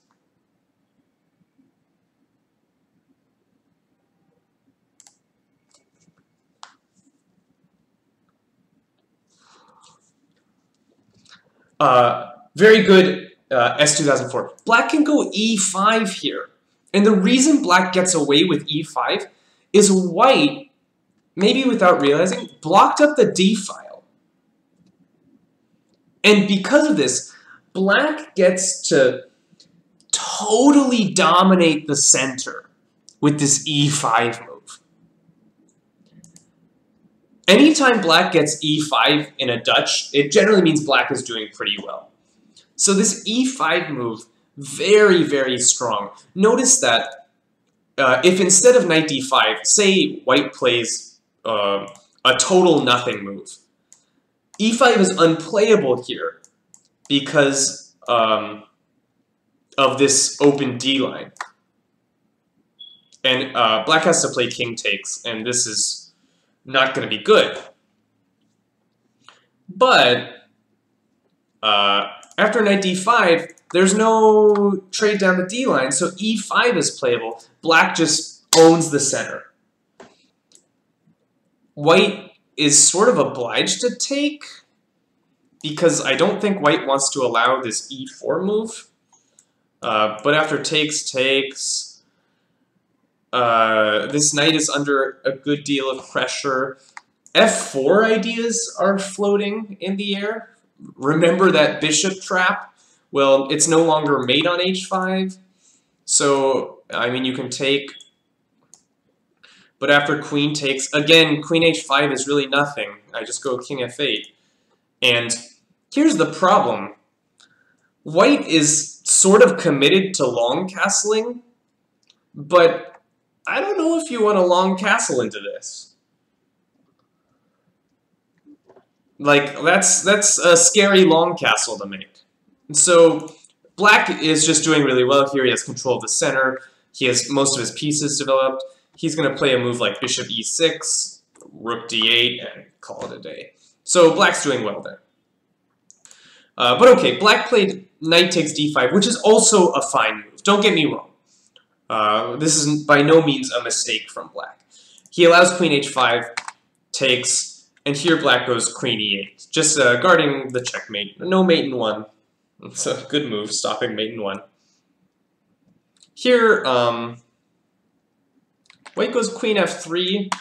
Yeah, I don't know about that one. I think white is continuing to play for an advantage when he doesn't have an advantage. So it's one of those things where if you misevaluate the position, you can make sort of worse moves. Here, white probably needs to trade queens and just try and play some equal-ish position, like knight f3. Go h4 and play this position. Or maybe even go h4 right away still. It's still a good move. But after queen f3, now white's position becomes pretty bad. Because we'll see that white has issues completing development. So black plays e6, kicking out the bishop. Bishop b3. Bishop c4 is playable, but the bishop's a little loose on c4. I think bishop b3 is fine. Now black goes e5. E5 is fine. I think black has a better option here in knight a5, just tracking down this bishop. Again, white is sort of committed to this long castle idea. I mean, he doesn't have to, but it makes a little bit more sense for him to long castle. So doubling white's pawns on the queen side will give black a hook to go a5, a4. So this knight a5 move makes a lot of sense. This is also a strong piece for white, and will give black the advantage of two bishops. So that would have been a nice move. e5 is also fine. Takes. And here white long castles, which is sensible. But again, I think you have to go h4. Because we'll see after long castles, white just like can't develop his pieces. So I think you have to go h4 here because long castles gives black really good options. So let me ask, as black in this position, what would you play as black?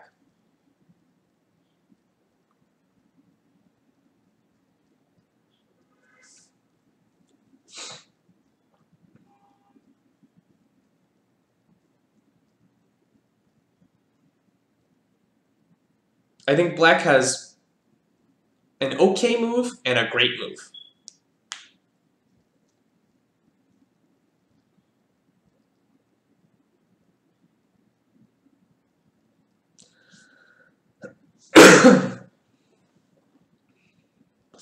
Something pretentious suggests the move e4. E4, I think, lets white off the hook just a little bit. And the reason is, after e4, my queen wasn't thrilled about being on e2. So after e4, I'll go f3. My queen wasn't thrilled about being on f3, so my queen will slide back to e2. You've opened up my bishop for me, which I'm thankful for. And I'll probably play some combination of c3, knight h3, bring this rook up the file, maybe rook d5 is an idea, or even just rook d2, and have a reasonable game. Whereas I don't think white deserves a reasonable game at this point.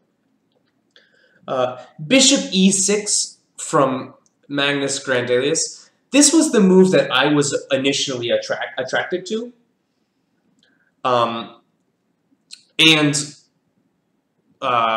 This move makes a lot of sense because white sort of has this powerful bishop that's raking along the diagonal. Wanting to trade it off makes a lot of sense.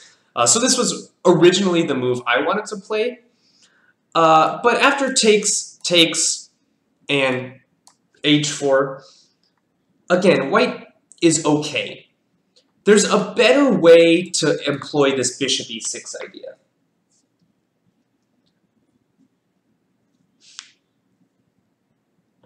Niklas with another strong find. The best move for black is a5. And this move is really annoying because what you're sort of saying to black is, hey, black, you don't really have a move. Angel, I'm probably gonna get off streaming when we finish this game, but I'll send you my thoughts privately. Is your Lichess name the same as your?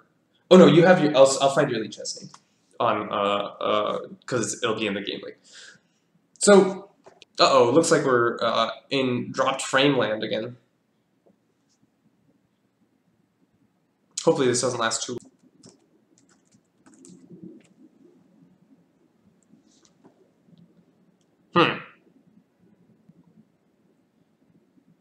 Give me 1 second, ladies and gentlemen.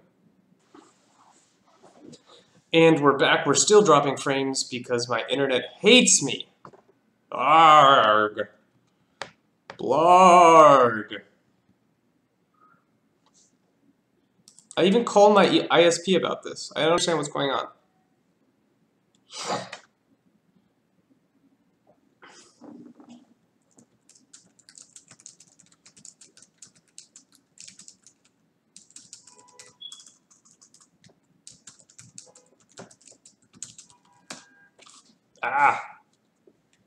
My headphones attacked me.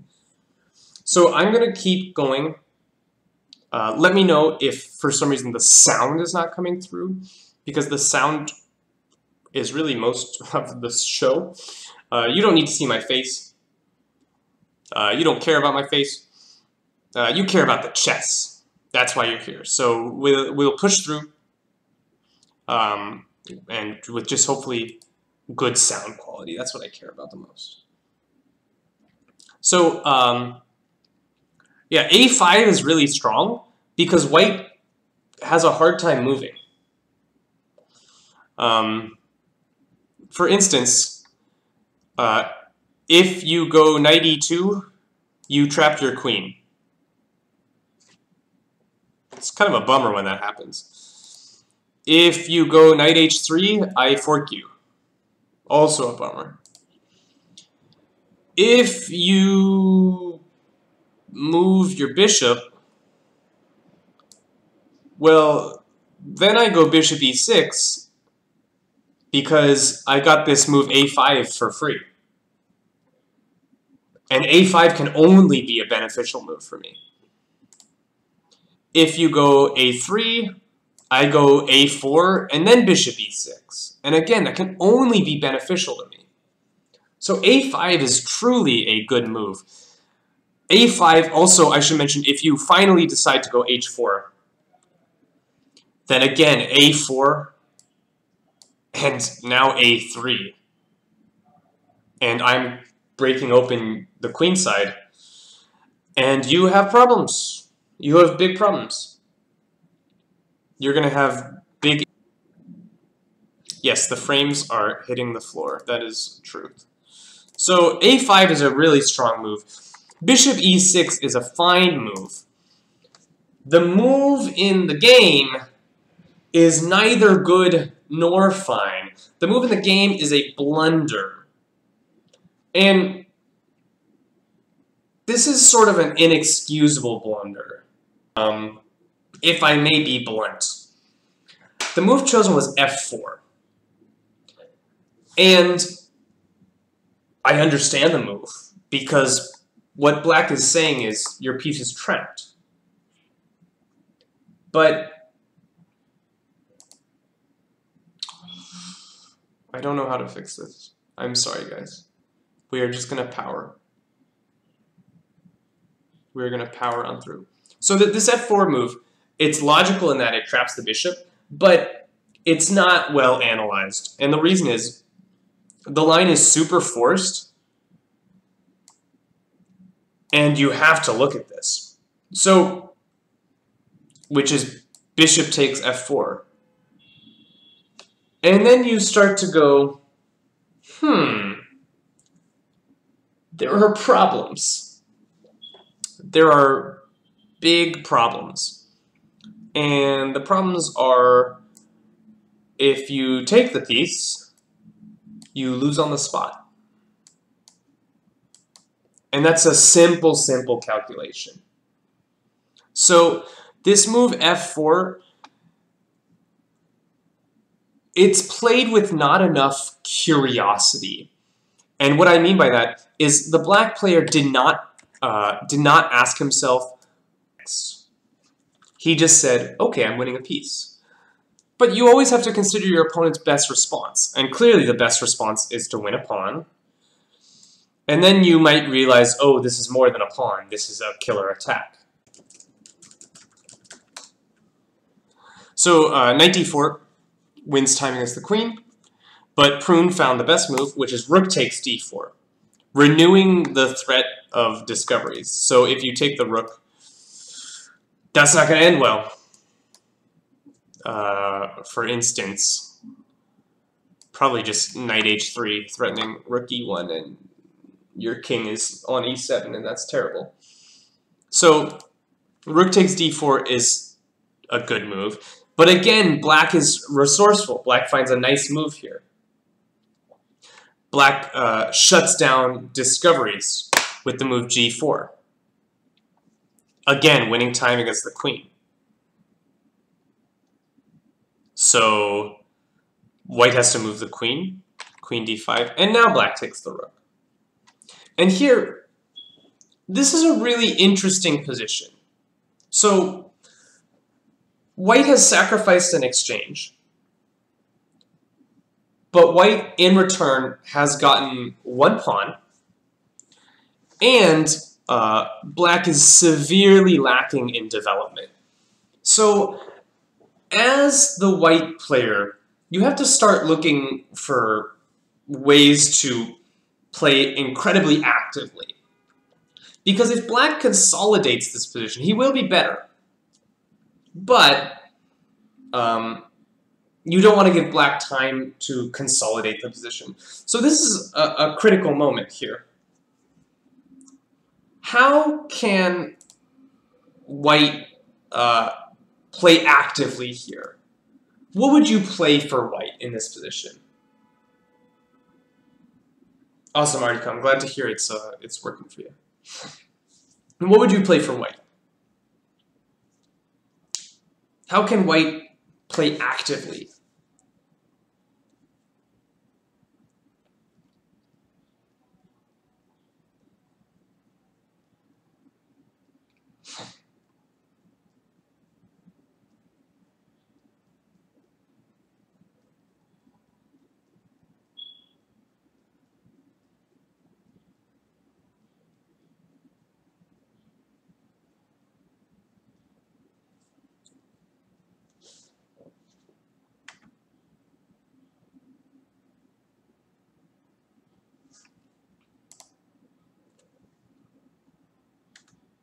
Oops.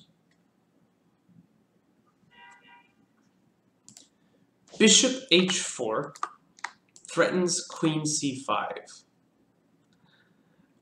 So, bishop h4 would be a good move, but you're not recognizing your opponent's threats. Isn't black threatening something? Yeah, we've got this on tap, right? So, black has his own threat here. We got to do something about that. The queen sack? What do you mean?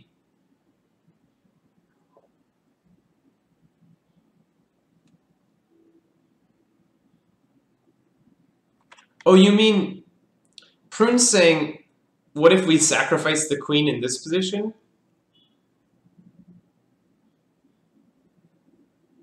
For instance, with this move?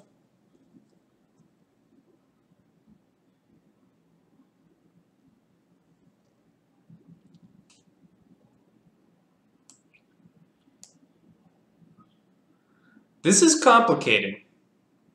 I will give you that. There are multiple ideas here, but the idea that jumps out to me is that rook f4 appears to give some mate threats.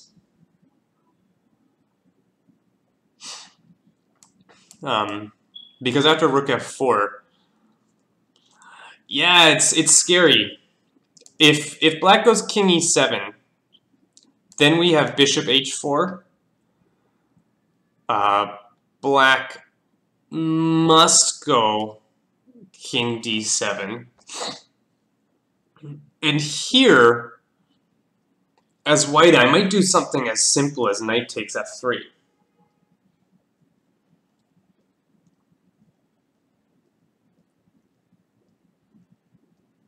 And this is very unclear. It's very difficult for black to develop.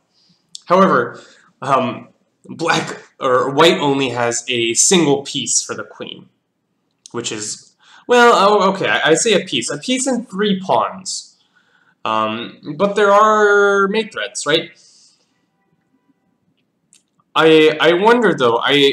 This appears to not be enough, because I think, oh well, hold on. Is there this move?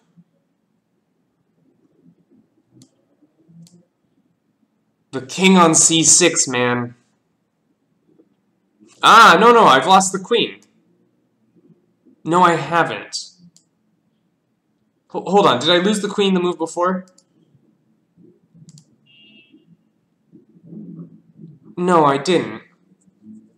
But, ooh.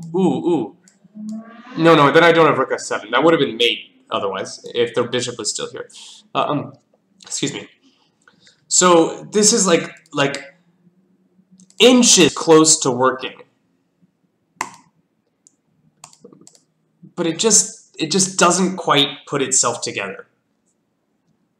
Black is like barely holding on.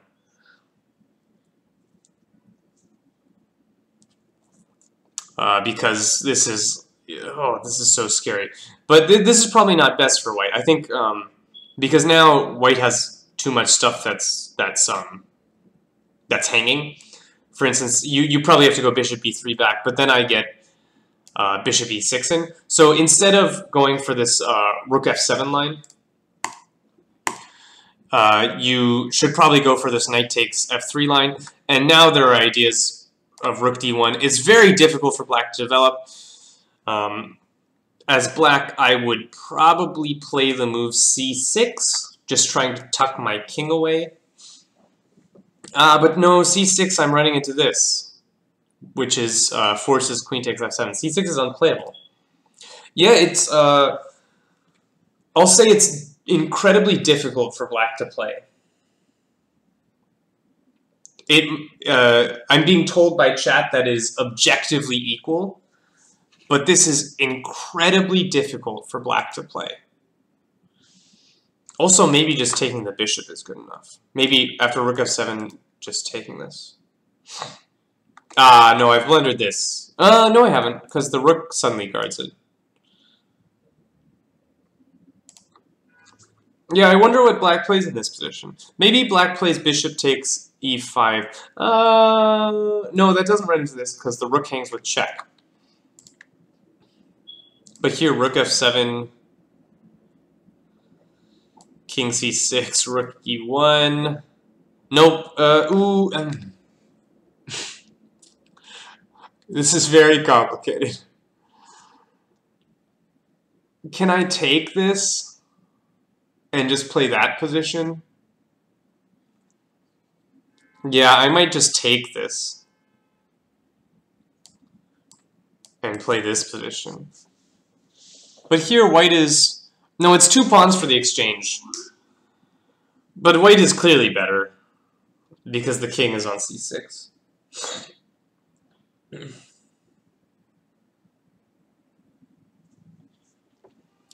Rook f7, queen takes f7. Bishop takes fg2. That's a nice line.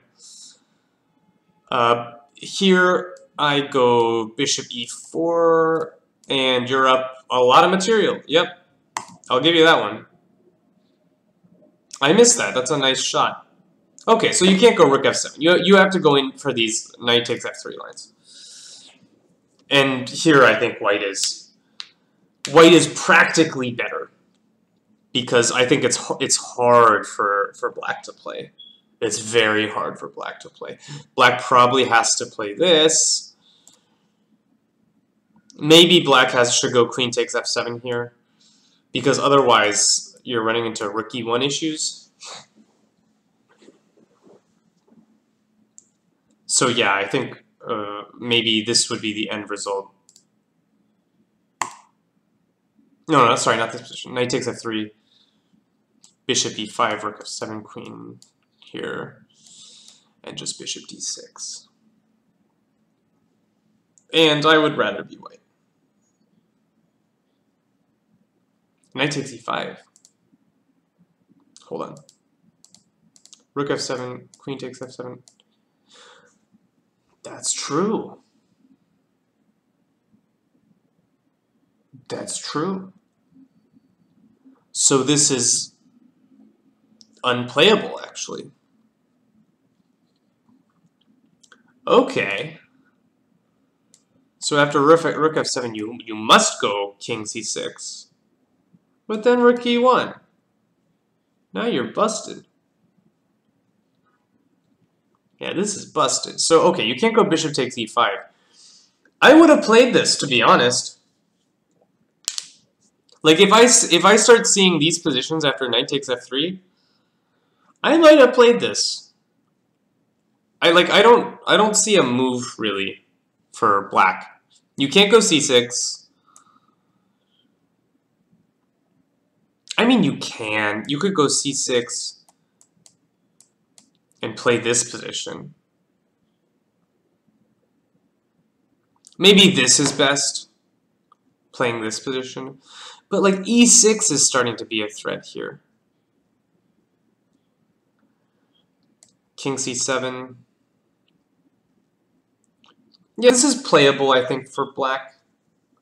It is 3 pawns for the exchange now, though. 3 pawns is a lot of pawns. This is probably lost. Yeah, I would have played this. As white, I totally would have played this. It looks good. Because I think it's so difficult for black to play.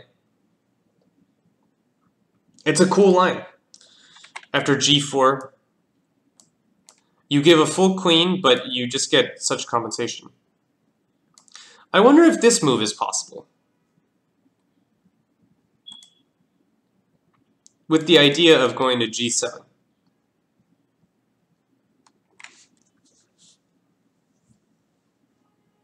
This might actually be very possible. So instead of going to e7, you just give some of the material back to give your king more safety. And get your pieces out quicker, because now I have rook f8. And let's see, what's the material here?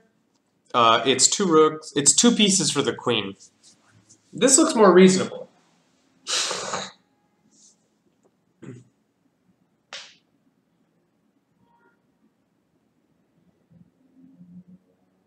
I think giving the piece for black is more reasonable. I'm going to check with the engine really quickly.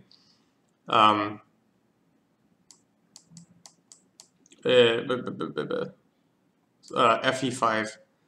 gf3,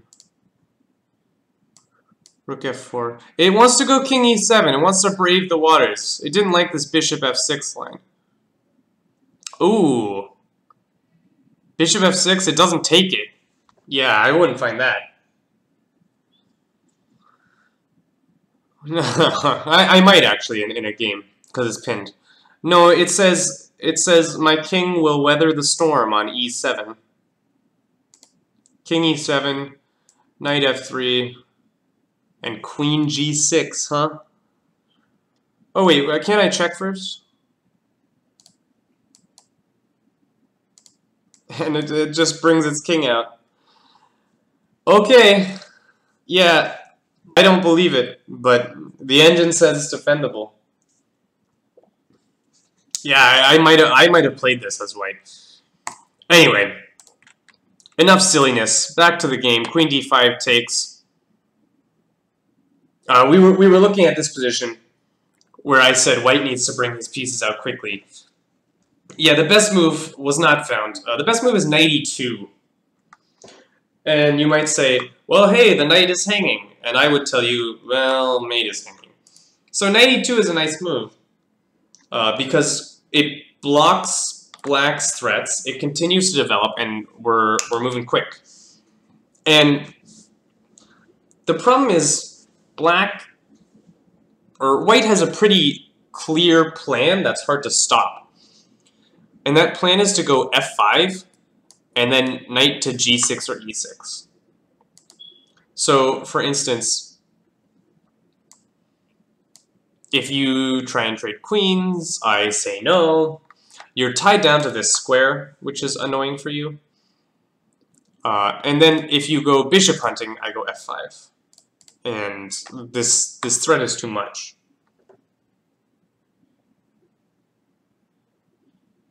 No, I know you guys suggested knight e2. I saw it. I remember seeing it. So this would have been a better way to play. Instead, Prune opted to go f3, which I understand, because he wants to get his knight into the game via f3, and he's also defending the e1 square. So it is a clever move. But the problem is it's just a little bit too slow, and black is under no obligation to take on f3, and develop white's knight. So black plays the best move, queen d7. Black says, let's trade queens, please and thank you. Queen h5. And now black played a move I didn't like. Excuse me. Black played gf3. I think black should insist on the trade of queens, and he can do that by playing queen f5. And sure, white can take here, but it is 2 pawns for the exchange, and I can very annoyingly make your bishop awful.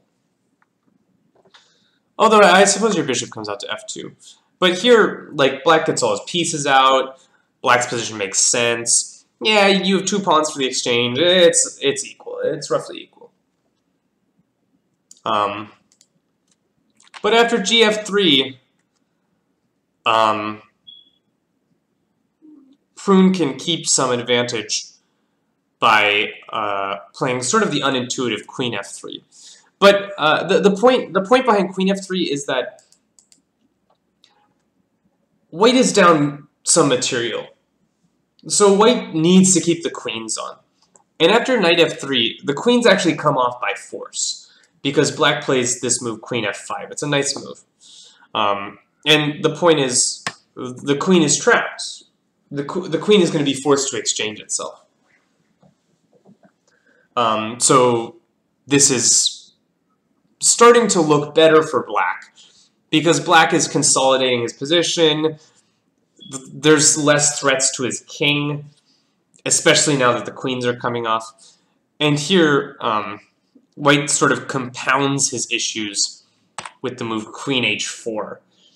Because white, it's understandable, Prune doesn't want to exchange queens, he wants to checkmate black. Black's king is on f8. But this just doesn't work tactically. But Prune had an idea. Prune had an idea here. I'll give him credit. Because after bishop f6, Prune played the interesting move, knight takes d4. And the idea was showcased in the game when black incorrectly took on f4, or sorry, on h4. Knight takes f5, bishop takes g3, knight takes g3. And here we have an equalish position where white has 2 pawns for the exchange. Okay, fine. But let's go back, because when you play a move like knight takes d4, my instinct is, whew, that's a lot of pieces that are hanging here. That's an awful lot of stuff that's hanging. Also, I should point out Prune's other point. If you take here, you run into this check. And this is not going to be fun for you either way. You have to play king g7. And then I take that, and I kept the queens on. That was my goal. But let's go back. After knight takes d4, I see that white has some issues. Because this queen isn't so thrilled to be there. This knight is hanging. And so I ask myself, what if I move the queen? And I maintain contact with this bishop. And now we see the problems that white has, because the queen is trapped. So white has only one move to even remotely salvage this position, and that move is f5. You must play f5 because the queen needs squares. So after f5, bishop takes f5. Note that It is impossible for white to play knight takes f5 because the queen is hanging. But you're also having issues based on everything else hanging. The queen still does not have a square. On queen f4, you run into bishop g5. Awkward. But all hope is not lost. There's a really interesting variation, which I do not remotely claim to have found. And that is the move knight e6 check. This is a stockfish special right here. And this is a nasty little move. White is not winning by any means. White is still much worse. But this move has venom. Because the point is, you have to take the knight. But after taking the knight, there's rook f1. Okay, the f6 bishop is hanging. King g7. Bishop e5, the f6 bishop is hanging. Note, if you take this, you allow this unpleasantness. And I'm going to pick up this piece. This is very problematic for you. So, after bishop e5, you must protect the bishop again. Now I'll take this piece, and this position is something. White's not winning. White's not better. White is worse. But white has some compensation for an exchange here. So this is interesting. But okay, none of this happened. After knight takes d4, black acquiesced to Prune's tactics. Played bishop takes h4. And we get this equal ending. Now, I really don't like how black handled this ending.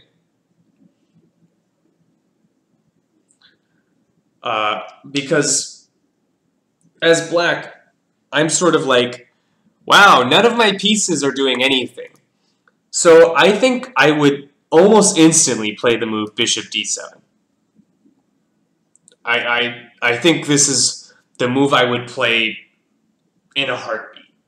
Because I want my pieces to do things. Call me crazy, but I like it when my pieces do things.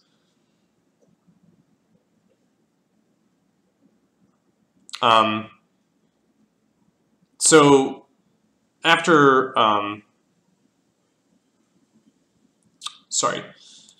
after knight takes g3, black played king g7, and I don't really see the point, because you're not. I do see the point in that you develop the h rook. That I understand, but you run into problems before that h rook can get into the game. And that's rook e1. And now white is threatening rook e7 check. And you can't really stop it. And here, again, black played a move I didn't understand. He played king g6.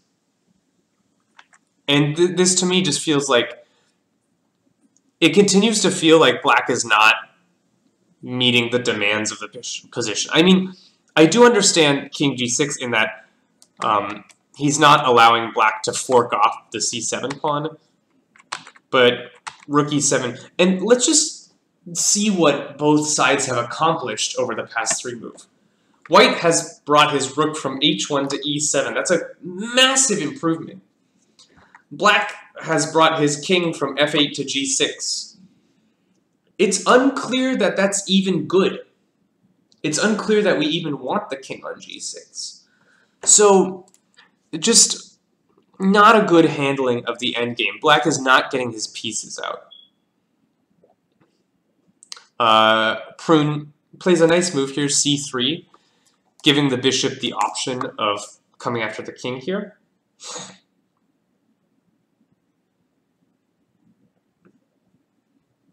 Ali, it looks like you missed the variation I gave in the game. There's knight e6, bishop e6, rook f1 with compensation. Did you guys not see the variation I gave over the board?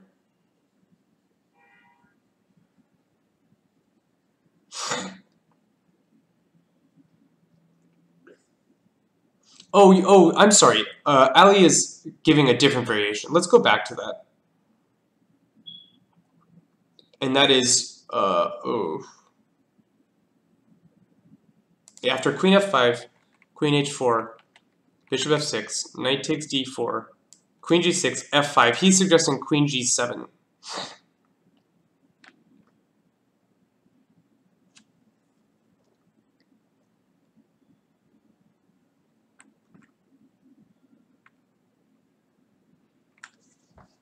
It's a good move.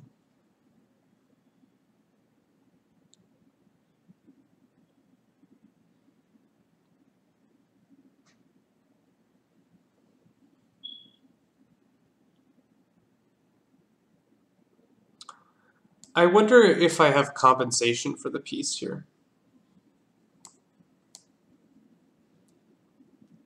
Something like...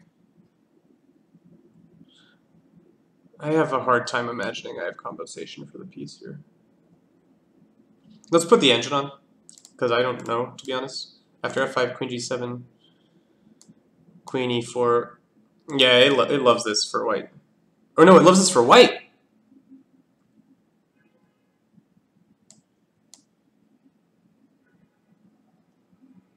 It just says white is winning.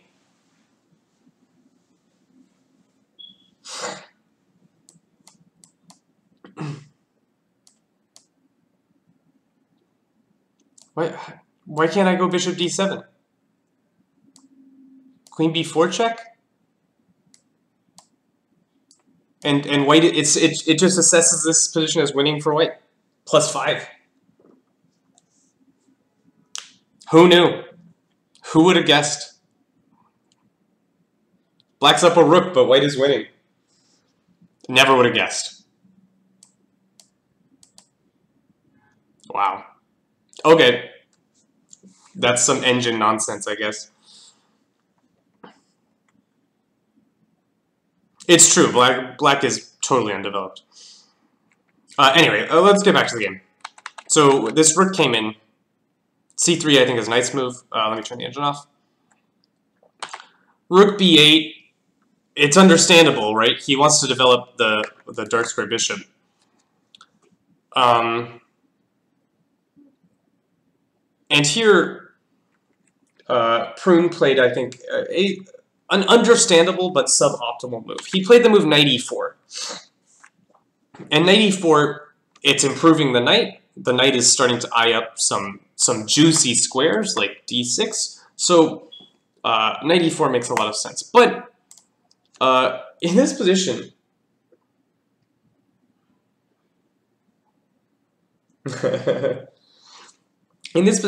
I think white has sort of a really mean move.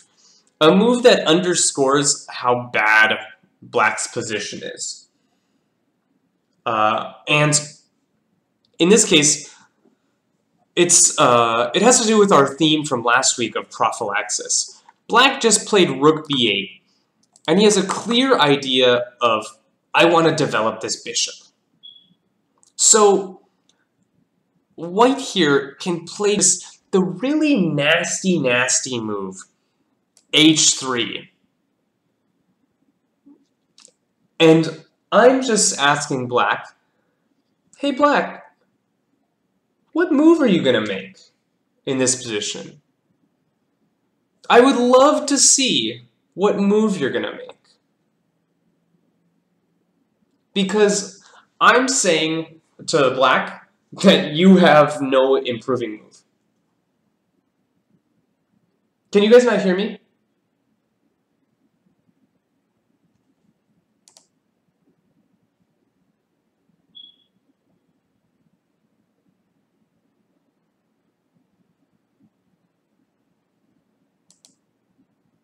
Yeah, okay, I think we can hear me. I think we're good. There's just quite a bit of delay for some reason. We've added to the delay somehow. Great. Yeah, this h3 move, really, really nasty. Because now black cannot develop his pieces. Black can try bishop f5, but you run into problems here. Because here, bishop f7 is very problematic. Rook c7, and I have stuff like knight h5 and g4 coming.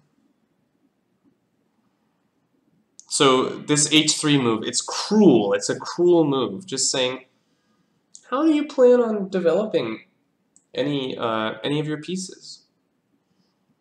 But okay, Prune went with knight e4, which makes a lot of sense to me. And here, bishop f5 from black, which is a blunder. So white to play and win. Oh, where my face went? We're having some lag, so my face is a little laggy. Although it looks like we might be good enough that the face can return. Haha! We'll see how this goes. So yeah, white to play and win in this position. This was a missed win from Prune. Very sad. Missed win. Bishop f7 check. King g7.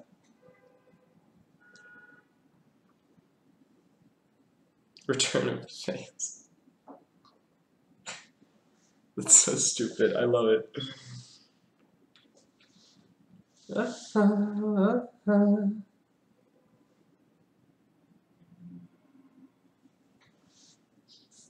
So yeah, bishop f7 is the first move. King g7. If you go bishop e6, I go king g6, and I don't see exactly how you're winning.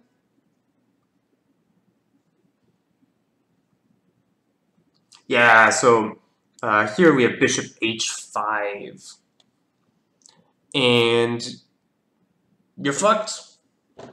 Black is fucked. King f8. Rook f7.